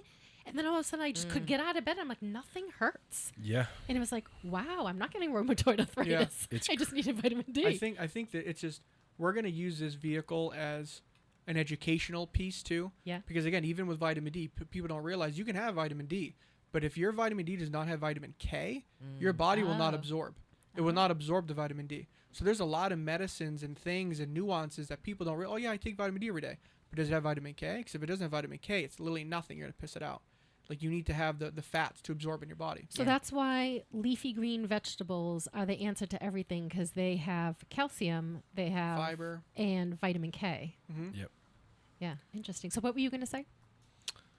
I don't know. I think even though like the whole vitamin D thing is like, that's a pretty like simple staple like in your diet. Like vitamin D is like a core pillar, and I think one of the things too is we talk about with like Nutre Health and just business, like everybody wants to like overcomplicate things and make things like, hey, it's this like unique crazy formula, but at the end of the day, we don't even have the baseline solved. That's why food is such an important thing to this piece of puzzle. Like most people start like the supplement side of it and go that route, but they don't have the food to be like, hey, we're controlling both the food and like having the doctor proportion of it. So that is really the differentiator with Nutre Health, is controlling the food, number one, because if you truly ask people, like, are you trying to help people, or are you just trying to like monetize your business to make a ton of money? Most people are going to pick the latter. But at the end of the day, if you don't have people eating a great diet, and I can say, hey, what's your diet like? What are you eating? You can't really control it. And the same thing with sleep as well. Part of the program is we're going to have people wear a Whoop, not an Aura, but a Whoop one of the activity trackers to be able to say during our weekly check-ins with their coach and their nutritionist, dietitian specifically, they'll be fully trained. But at the end of the week, be like, hey, how'd you eat? Let's check. We have the meals already tracked, so there's no guesswork there, but let's check your Whoop. How's your activity? How's your sleep? And we'll be able to pinpoint there and be like, okay, let's tweak this. Let's do this. So it's really exciting to be able to control it from all levels, and that's why we think so there's two protocols. One protocol is a superhuman protocol, which is I'm the avatar. I'm the guy who, I want to optimize fully. I don't care the price. You're running 75 businesses. How Yeah. do you not? How do you Exactly. do this if you're not optimized? Exactly. Like I need to optimize myself. I've got to be the Ferrari. Yeah, like I need myself to be optimal all the time. So there's that protocol. We're gonna have a whole secondary process for just fulfilling those needs. The first protocol is weight loss. We're gonna figure out, like he said, we're gonna have a Whoop band on you, so we're gonna have to know exactly what you're doing every single day. So if you're telling us, oh, I worked out yesterday, because a lot of issue is accountability during a weight loss journey. So when someone says, oh, I worked out yesterday, but when you wear this Whoop band, you can't lie to our dietitian. You can't lie to her. We have your data. So if you told us you worked out yesterday, but you didn't, hey, I just if you told me your goal was to lose X amount, but you told us you worked out yesterday and you didn't, your results are telling me otherwise. Like, did you actually know I didn't? So it's keeping them accountable and also making sure their sleep, because again, like we talked about, sleep and stress is huge in a weight loss journey. If you're stressed out all the time, it's harder for your body to react to weight loss. So we're going to have that part of it. We're going to control the food part of it, and we're going to control the supplementation part of it. That's a three-pronged approach that you cannot lose if you do that. You cannot. And just add meditation. I found out that cortisol, we're so on the same page. Cortisol levels are huge. Cortisol blows holes in your stomach. I have to. When you have it in your system chronically. Stress is tough. Yeah, I have to go on a cortisol blocker actually. Do you? Yeah, because my stress is just too high. But because you run 75 businesses. Exactly. So I will say, one thing I love about you guys is I love builders. Oh, yeah. Business owners are builders, right? The reason why I don't like this government, like when we talk about, like, is the government corrupt and what's happening, I don't like that they're trying to destroy. What are you trying to destroy? Well, you're trying to add value versus take away. Yeah. And that's the difference. And so I had a question for you. What are your core values for your company? Which, all of them? I have them written down somewhere. There's so many different core values that we talk about. A lot of it is a customer experience. I mean, we label it different, but essentially treat everyone like you're my grandmother. Treat everyone like you're my nanny, essentially. So if you're a client of ours and you're having issues, I'm not going to look away from those issues. I'm not just going to say, oh, they paid us, they bought the food or whatever, like, let them go. No, if my grandmother complained to you about something or you have an issue with something, you're going to treat her with the utmost respect, or we're going to have a problem. So, and you hire your staff based on your core values. Oh yeah. We had an issue of that in the beginning because we have 350 employees now. At first, we hired, based on experience and all this stuff. After you start realizing experience is important, but doesn't necessarily matter. It's character. So we started hiring on character. And I have to be around you for a majority of the day. If I don't like you and you don't like me, we're going to have a problem at some point. So I'm not going to invest my time unless we can get along and your character matches mine. And you have to, the other big thing, since we're not startups, but like ever changing, you have to be able to wear multiple hats and not complain about it and understand that that's part of this business. That's part of this process. Well, you have to be open to be flexible and grow. Exactly. But some people aren't. In corporate roles, they are not. Some corporate people want corporate structure. Come in, they leave, they don't. For us, well, they know their job and they don't know your job, and they're not going to do anything that involves your job because it's not my job. I want to stay in my lane, and I want my lane to be very tight. Exactly. For us, we are legit. He's cousin Costa, and we only met a year ago. And so it's like everyone that we work with is very like that. They know if they call me at 3 a.m, I will go pick them up if they need something. And that is kind of the culture that we built unintentionally. It just kind of happened because that's our personalities. Yeah, so my husband runs a business personal development networking group. Coaching. So like business coaching. Yeah, so Costa and I coaching. talked about it too. We were part of a larger one down in Dallas, but one of the things, your core values in alignment. He said alignment is greater than your assignment. And one of the things that I've learned, probably I think the most important in building a business, is you have to create community and culture, and you have to hire based upon your community and culture, because I don't think that you can go outward, because everything starts internally. So whether it's yourself or your company that you're building, it all has to start internal, and that vibration is going to operate outward. So if you don't have a good community and culture in your business, it's hard to project that out. Well, it's impossible to scale. Yes. The people is the foundation. It's like building a house. Like it's your foundation. If you have a shitty, if you have a bad foundation, you can't build. Yeah, we do it all the time. You can't build and scale. And people have to realize when you look at the biggest companies and you talk to business owners, I've talked to 8, 9, 10-figure business owners almost daily. They all testament their scale to people.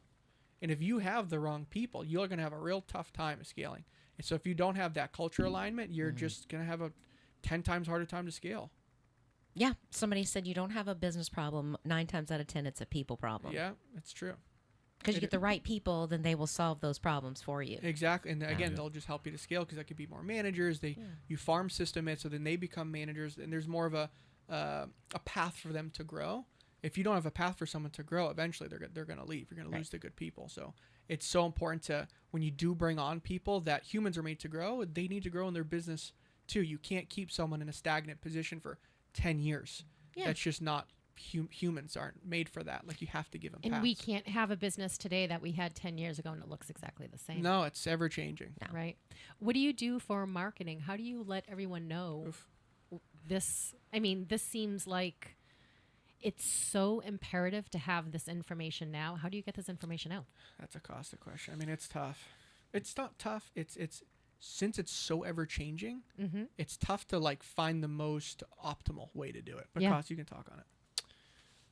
I love marketing, first of all. I think marketing is one of the most fun, interesting things you can do because it really combines so much human psychology, and I'm really like a psychology nerd. So people think marketing is about like data and stuff like that, and it absolutely is about data, that you need the data to make decisions too. But at the core, if you want to learn marketing, you got to study consumer psychology. Why do people think a certain way? What do they do? Because that's all you're doing at the end of the day. People are buying products for a reason. So I think a lot of people study the wrong things. They should really be studying human evolution. There's great books like Dr. David Buss, Evolutionary Psychology.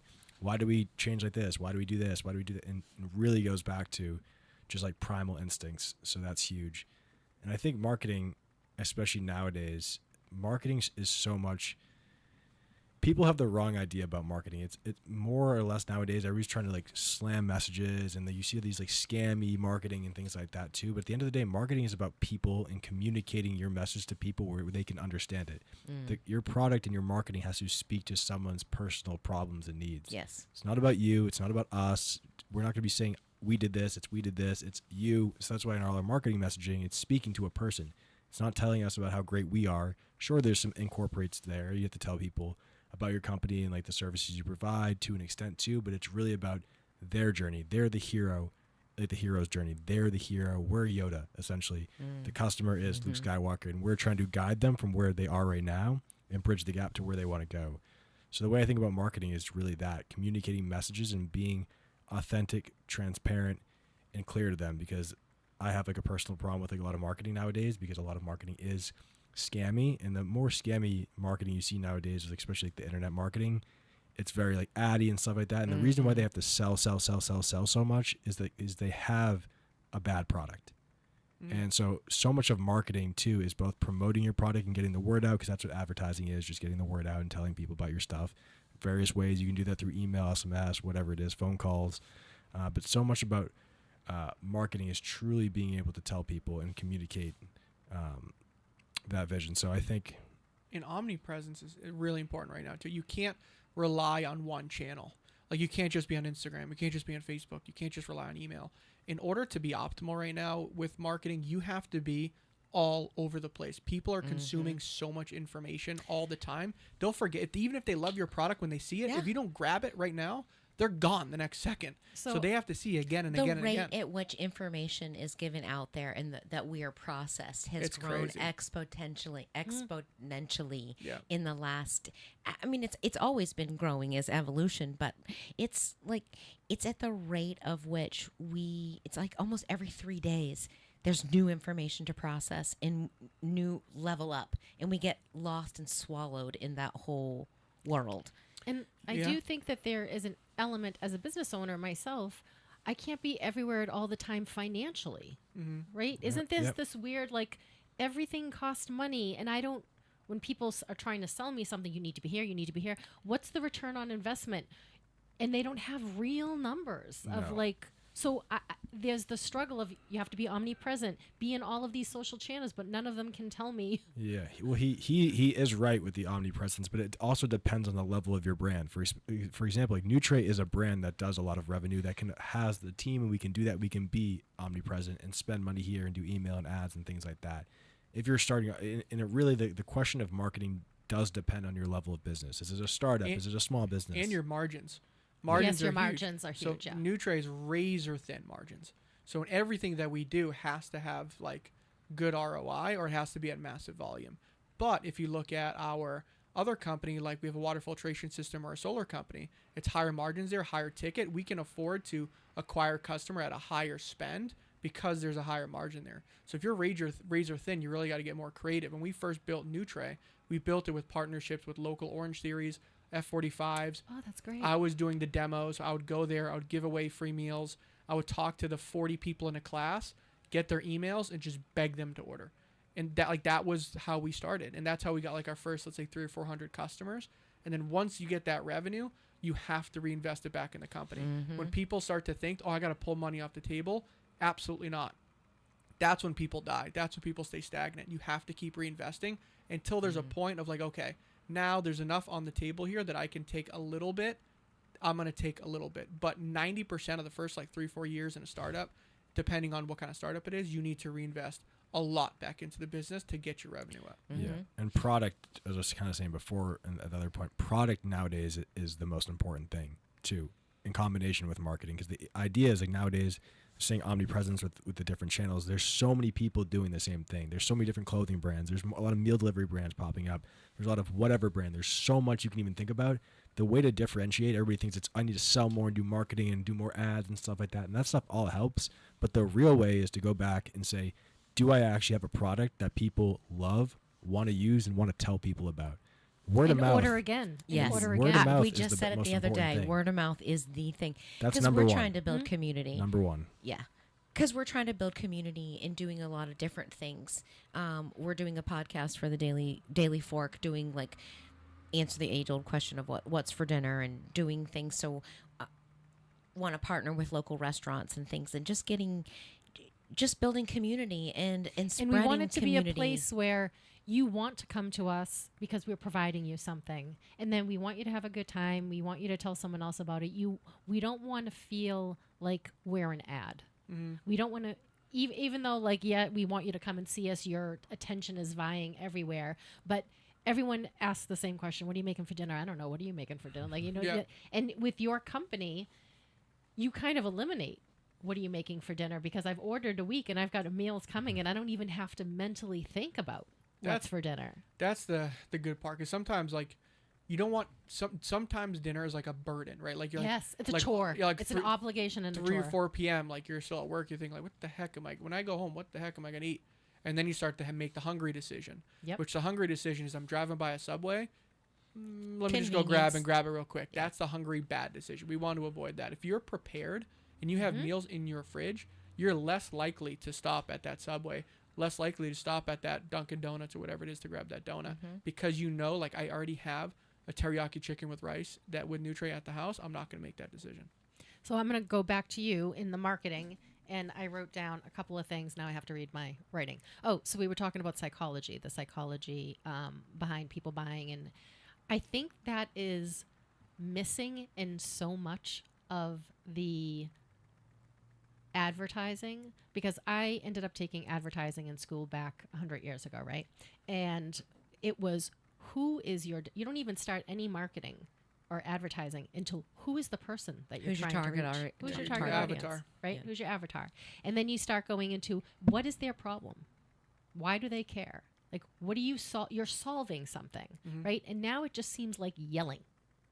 Yeah. Right? Yeah. There's just a lot of yelling and jumping in front of you, and it just seems like it's this it's desperation for attention is what it is. Yes. Flashing loud. Yes. And so when you talk about the psychology, then I also think, and you're the company that's your psychology of making people change their habits to be better, healthy people. Like, it's almost like your marketing is baked into, how do we get people to change How do we get people to eat healthier and get off their diabetes medicine and sleep better? And like, But it you're seems also like making it easier for them too, because you're going to say, you're saying, I will track your physical output every give you day. accountability. But how Product, many times? yeah. Well, but the truth of the matter is, nobody likes to be held accountable. I mean, high achievers hold themselves to a very high standard, but it comes with its own problems. But I think accountability is huge for everybody holding themselves, and it's like you're going to eliminate that. I don't need you to track and write down once a week and tell me what you're going to do. We'll just plug this in here and here. Here we can get the metrics from this way instead of you having to. And it's not someone on their Fitbit or whatever it is, and they just move their arm like Yeah, this, no, like they they've can't. worked out for 10,000 steps. No, you didn't. Nutre Health, I've been thinking about since 2018, and it kind of came together with Costa. And I think I truly believe, and I'm a pretty unbiased, honest person about myself. Like, I'm pretty aware of who I am, what we do, and all this stuff, and like my negatives and all this stuff. But I truly think this weight loss portion of Nutre Health is the most innovative weight loss program in the country. I truly, truly believe that it's going to get results. A lot of weight loss companies we see, and my brother spent $20,000 on weight loss programs. Same with my mom. It's like my dad spent probably $10,000, my mom spent $10,000, and my brother spent like $20,000. So overall, we invested $50,000. And what did they get? Still as unhealthy as they were at the beginning? No, it's all shit. Right. Sorry, but they get like a accountability person with no food, or they get horrible food with no accountability, or they get like like a journal. Like everything is not all together, all encompassing, because again, there's so much to it. You can't just eat right. I mean, you can just eat right and lose some weight, but it might not be sustainable. It needs to be a three-pronged approach to truly encompass and embrace a new lifestyle for sustainable change, not just a blanket. I'm going to lose 50 pounds in 30 days and blow back up with Ozempic. Right. Like, there has to be some sustainability in mind when you do this stuff. I truly think this protocol of Nutre Health will change lives by like the thousands. This is very exciting. Well, I think you're actually adding 4 because you're actually adding community to them. Yeah, that's part of it. We'll walk beside you. So there's that 4th element. You don't have to do this alone. I mean, and accountability, but it's also, hey, we're going to guide you. We'll guide you, and we're along the path, because a lot of times, like you just said, they just, hey, here's the printout of it, and here, go do that. I hate it. No. I can't and you express just feel lost. how angry it got me when that happened to my dad. Yeah. It got me so mad. I was like 15 years old, and my dad is like, it's your father, and he's sick, and he has diabetes, and you go to this place that's supposed to help them, and they give him a piece of paper, and they say good luck. But then you have the knowledge as a doctor knowing that nutrition will reverse his disease. Reverse it. Right. And Did they know that back then? Because I Yes. feel like doctors had one... No, they knew. I think they do, but it's now I think It's they're not better. their business model. Exactly. It's not their business right. model. So right now, here's how it's so simple, and I saw it all the time. If you have high cholesterol, they're not going to say, "Hey, let's make a change and add oatmeal to your diet," or ginger, cumin, or cumin, black pepper. Just something simple. Add oatmeal to your diet and try walking for 10 minutes a day. Add an exercise in for 10 minutes a day. Something so simple. And we'll see you back in 3 months, and then see it. What they want to do is they want to put you on a cholesterol medicine, because they get a kickback from the insurance companies to being like, so it's a partnership there that you're battling for your own health. It's like a kickback on the back end that you don't know about.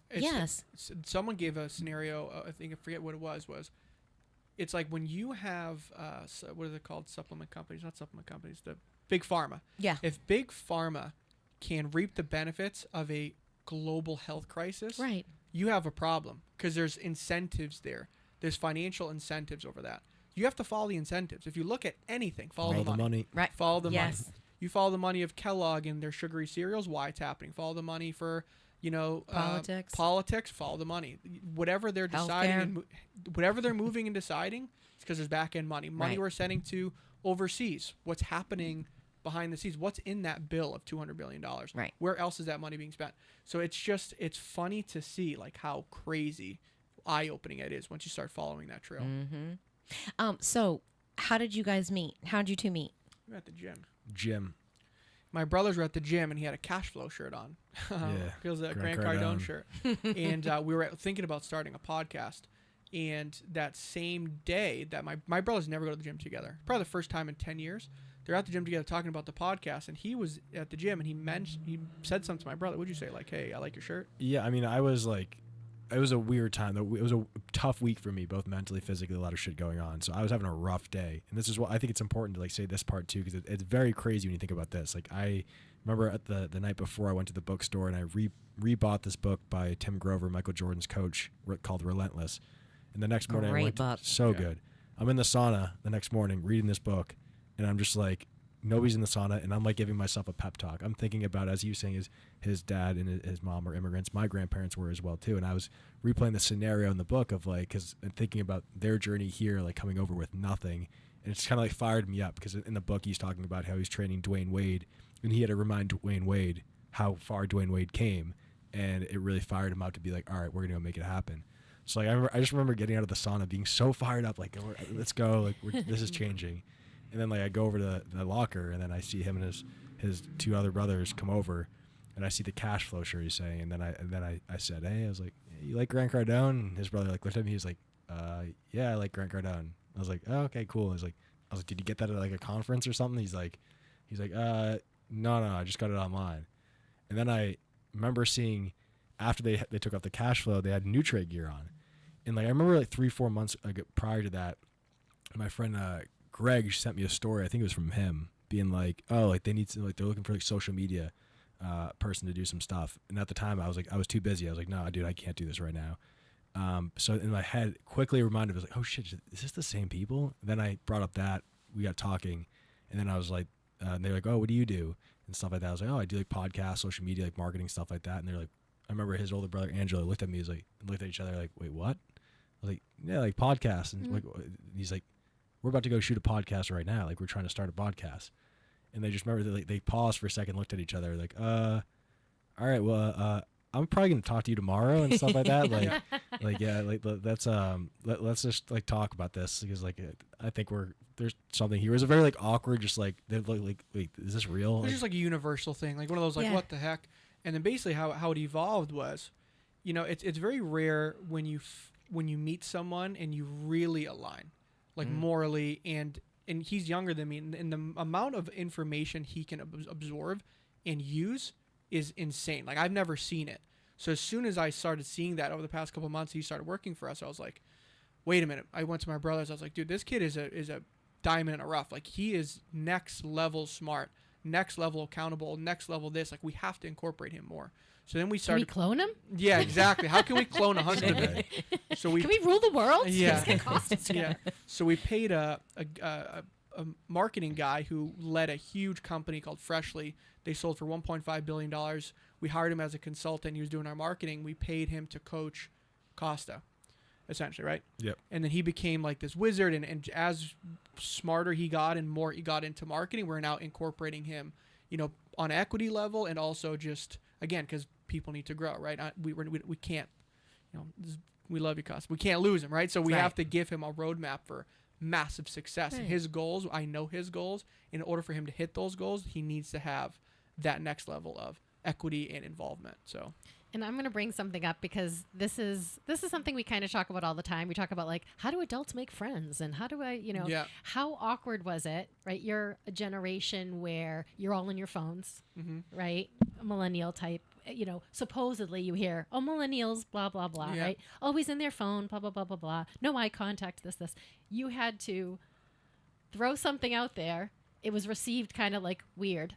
But you kind of like lobbied again. Is it awkward to have? Or were you at the gym and you're like, no, the gym is my safe space and I'm okay here and I don't care about rejection and I'm here. Like, what? I know this is an odd question, but I actually think it's a really important question because I think we're losing the art of human interaction to some level and connection.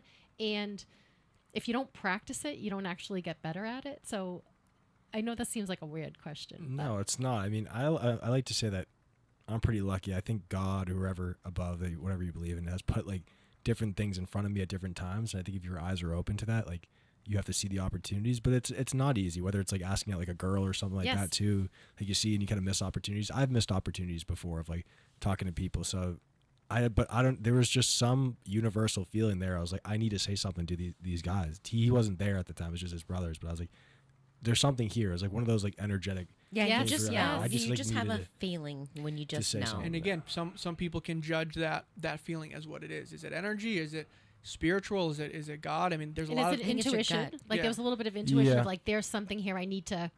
Yeah, like I've always been highly like an intuition and like as you said, the ability to learn, not to like be like.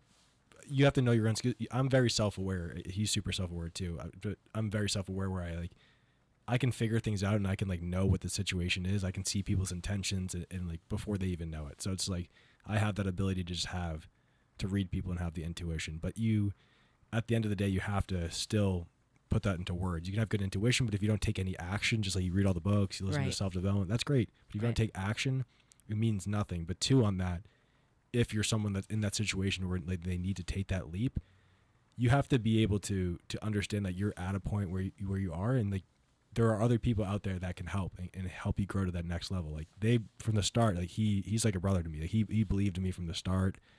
Even though in that time I still had skills, of course, I was still a talented person, but I was in a weird spot where I was just going through some changes, but I needed somebody at that time to see that and like really believe in me.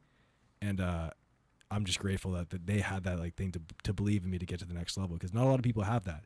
So if you're somebody out there, like have your eyes open, look for a mentor, look for people that are ahead of you, and you just have to provide so much value to someone.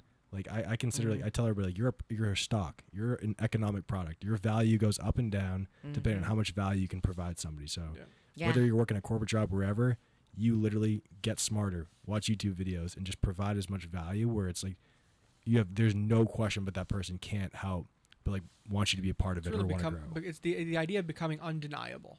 Like you have to be undeniably obsessed with your craft, undeniably trying to provide value at all times. And he did it so fast, and I've never seen it. Again, I have 350 employees. I've been in business for 10 years. I've never seen it. I was like, well, this is insane. And that's kind of I think the difference is from what I hear, my takeaway is you both believe in providing value first. And our world doesn't operate that way. No, it's entitlement and expectations. Yes. And it's what can I get out of it? What's in it for me? Instead of, I believe in reciprocity. I believe what you put out there will come back to you. And I believe in providing massive value before an ask is ever considered. And I think that when you start looking at the world as an opportunity, I think you start seeing things differently. Yeah. I'm reading a book right now called The Gap and the Gain. And he's talking about, it's about lack-minded mindset versus abundant mindset, and how our mindsets and our whole beings change when we start operating in the place of gratitude and celebrating our small wins and looking at those instead of looking at the negative and the failures and the setbacks, and aligning that people with that. And I do think that the more that you are open and have that awareness in operating in those places, I do believe that you will attract those things. And I think that you guys were attracted by that same energy, whatever that is. And I think that's beautiful. It's universal law. It's weird. I mean, it's that situation. There's been a lot of weird situations in my life, and probably sure his life, that like things just happened and he didn't really understand why it happened at the time. 2 years later, it kind of makes sense. That was one of those moments. My brothers never go to the gym together, ever. They never go to the gym together at that time. And then we never started a podcast, started talking about a podcast. Just that collision is odd. It's very, very odd. And there's no explanation for it besides, again, like a divine intervention. Exactly. Unless you trust this universal law process. What is your podcast about? So it's called Behind the Rise. They started it.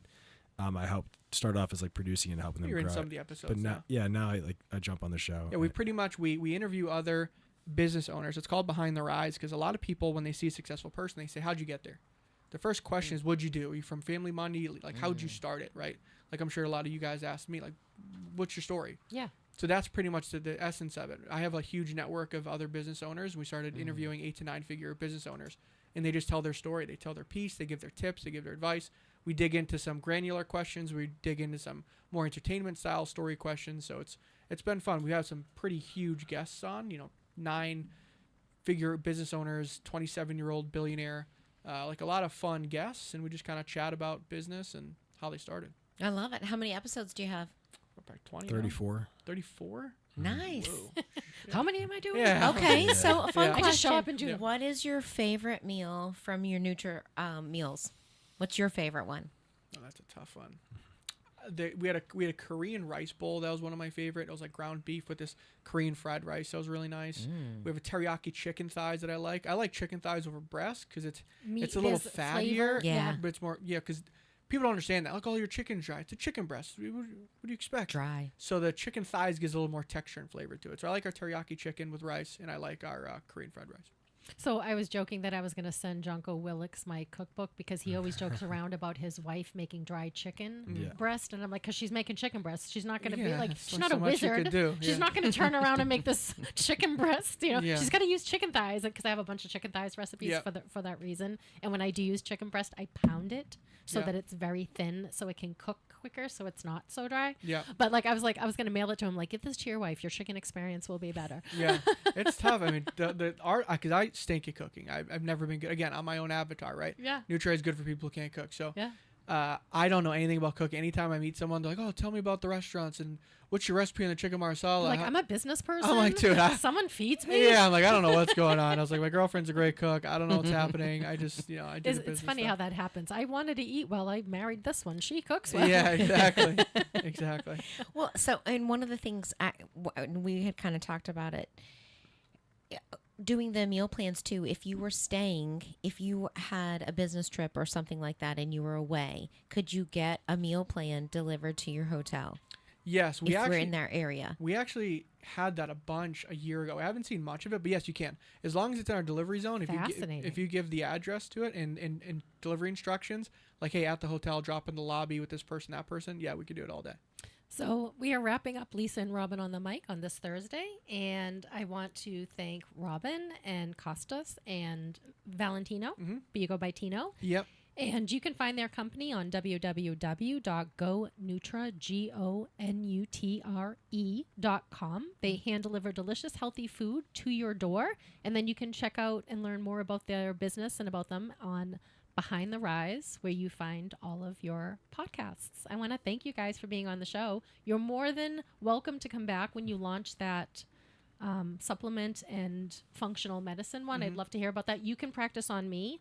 Yeah. I am an advanced maternal age. We're actually doing that. Yeah. That's how we started Even Nutre. We tested 10 people. So we are going to You can test me. I'll pay Okay. you. You can do my thing. Honestly. Yeah. So when do you guys think you're going to launch? Are you close to having like a everything's projected? set up? We just we have like a couple nuanced things, probably 2 or 3 months. I just don't want to rush it. Yeah. Right. Whenever we go, because those 10 first pilot patients, I want them to have immaculate, undeniable results. Yeah. That's awesome. Yeah. Well, stay tuned. We will have them back on 6 months from now. I will participate in whatever way I can, and we'll see you next Thursday. Have a great week. Yeah. Thanks, guys. Significant uptick in what researchers define as incivility in U.S. workplaces. According to a survey from the Society for Human Resource Management, roughly 2/3 of American workers say they've either been a part of or have witnessed acts of incivility in the workplace just in the past month. I'm Ryan Daniels, USA News. Attention small business owners. This could be the most important 10-minute call you will ever make. You could recover up to $26,000 per employee today. And all you have to do is make one short 10-minute call to take your business up a notch or bounce back from these difficult couple of years. Omega Accounting Solutions can help you recover any payroll tax overpayments you made during the pandemic. You may even be eligible to receive up to $26,000 per employee. All it takes is a quick, easy, free 10-minute ERC consultation to determine if you qualify. Omega is the small business champion with teams dedicated to maximizing tax credits. They know their stuff so well that CPAs and payroll companies even turn to Omega for ERC tax guidance. Call 800-300-9ERC. That's 800-300-9ERC. 1-800-300-9ERC. Or visit OmegaTaxCredit.com.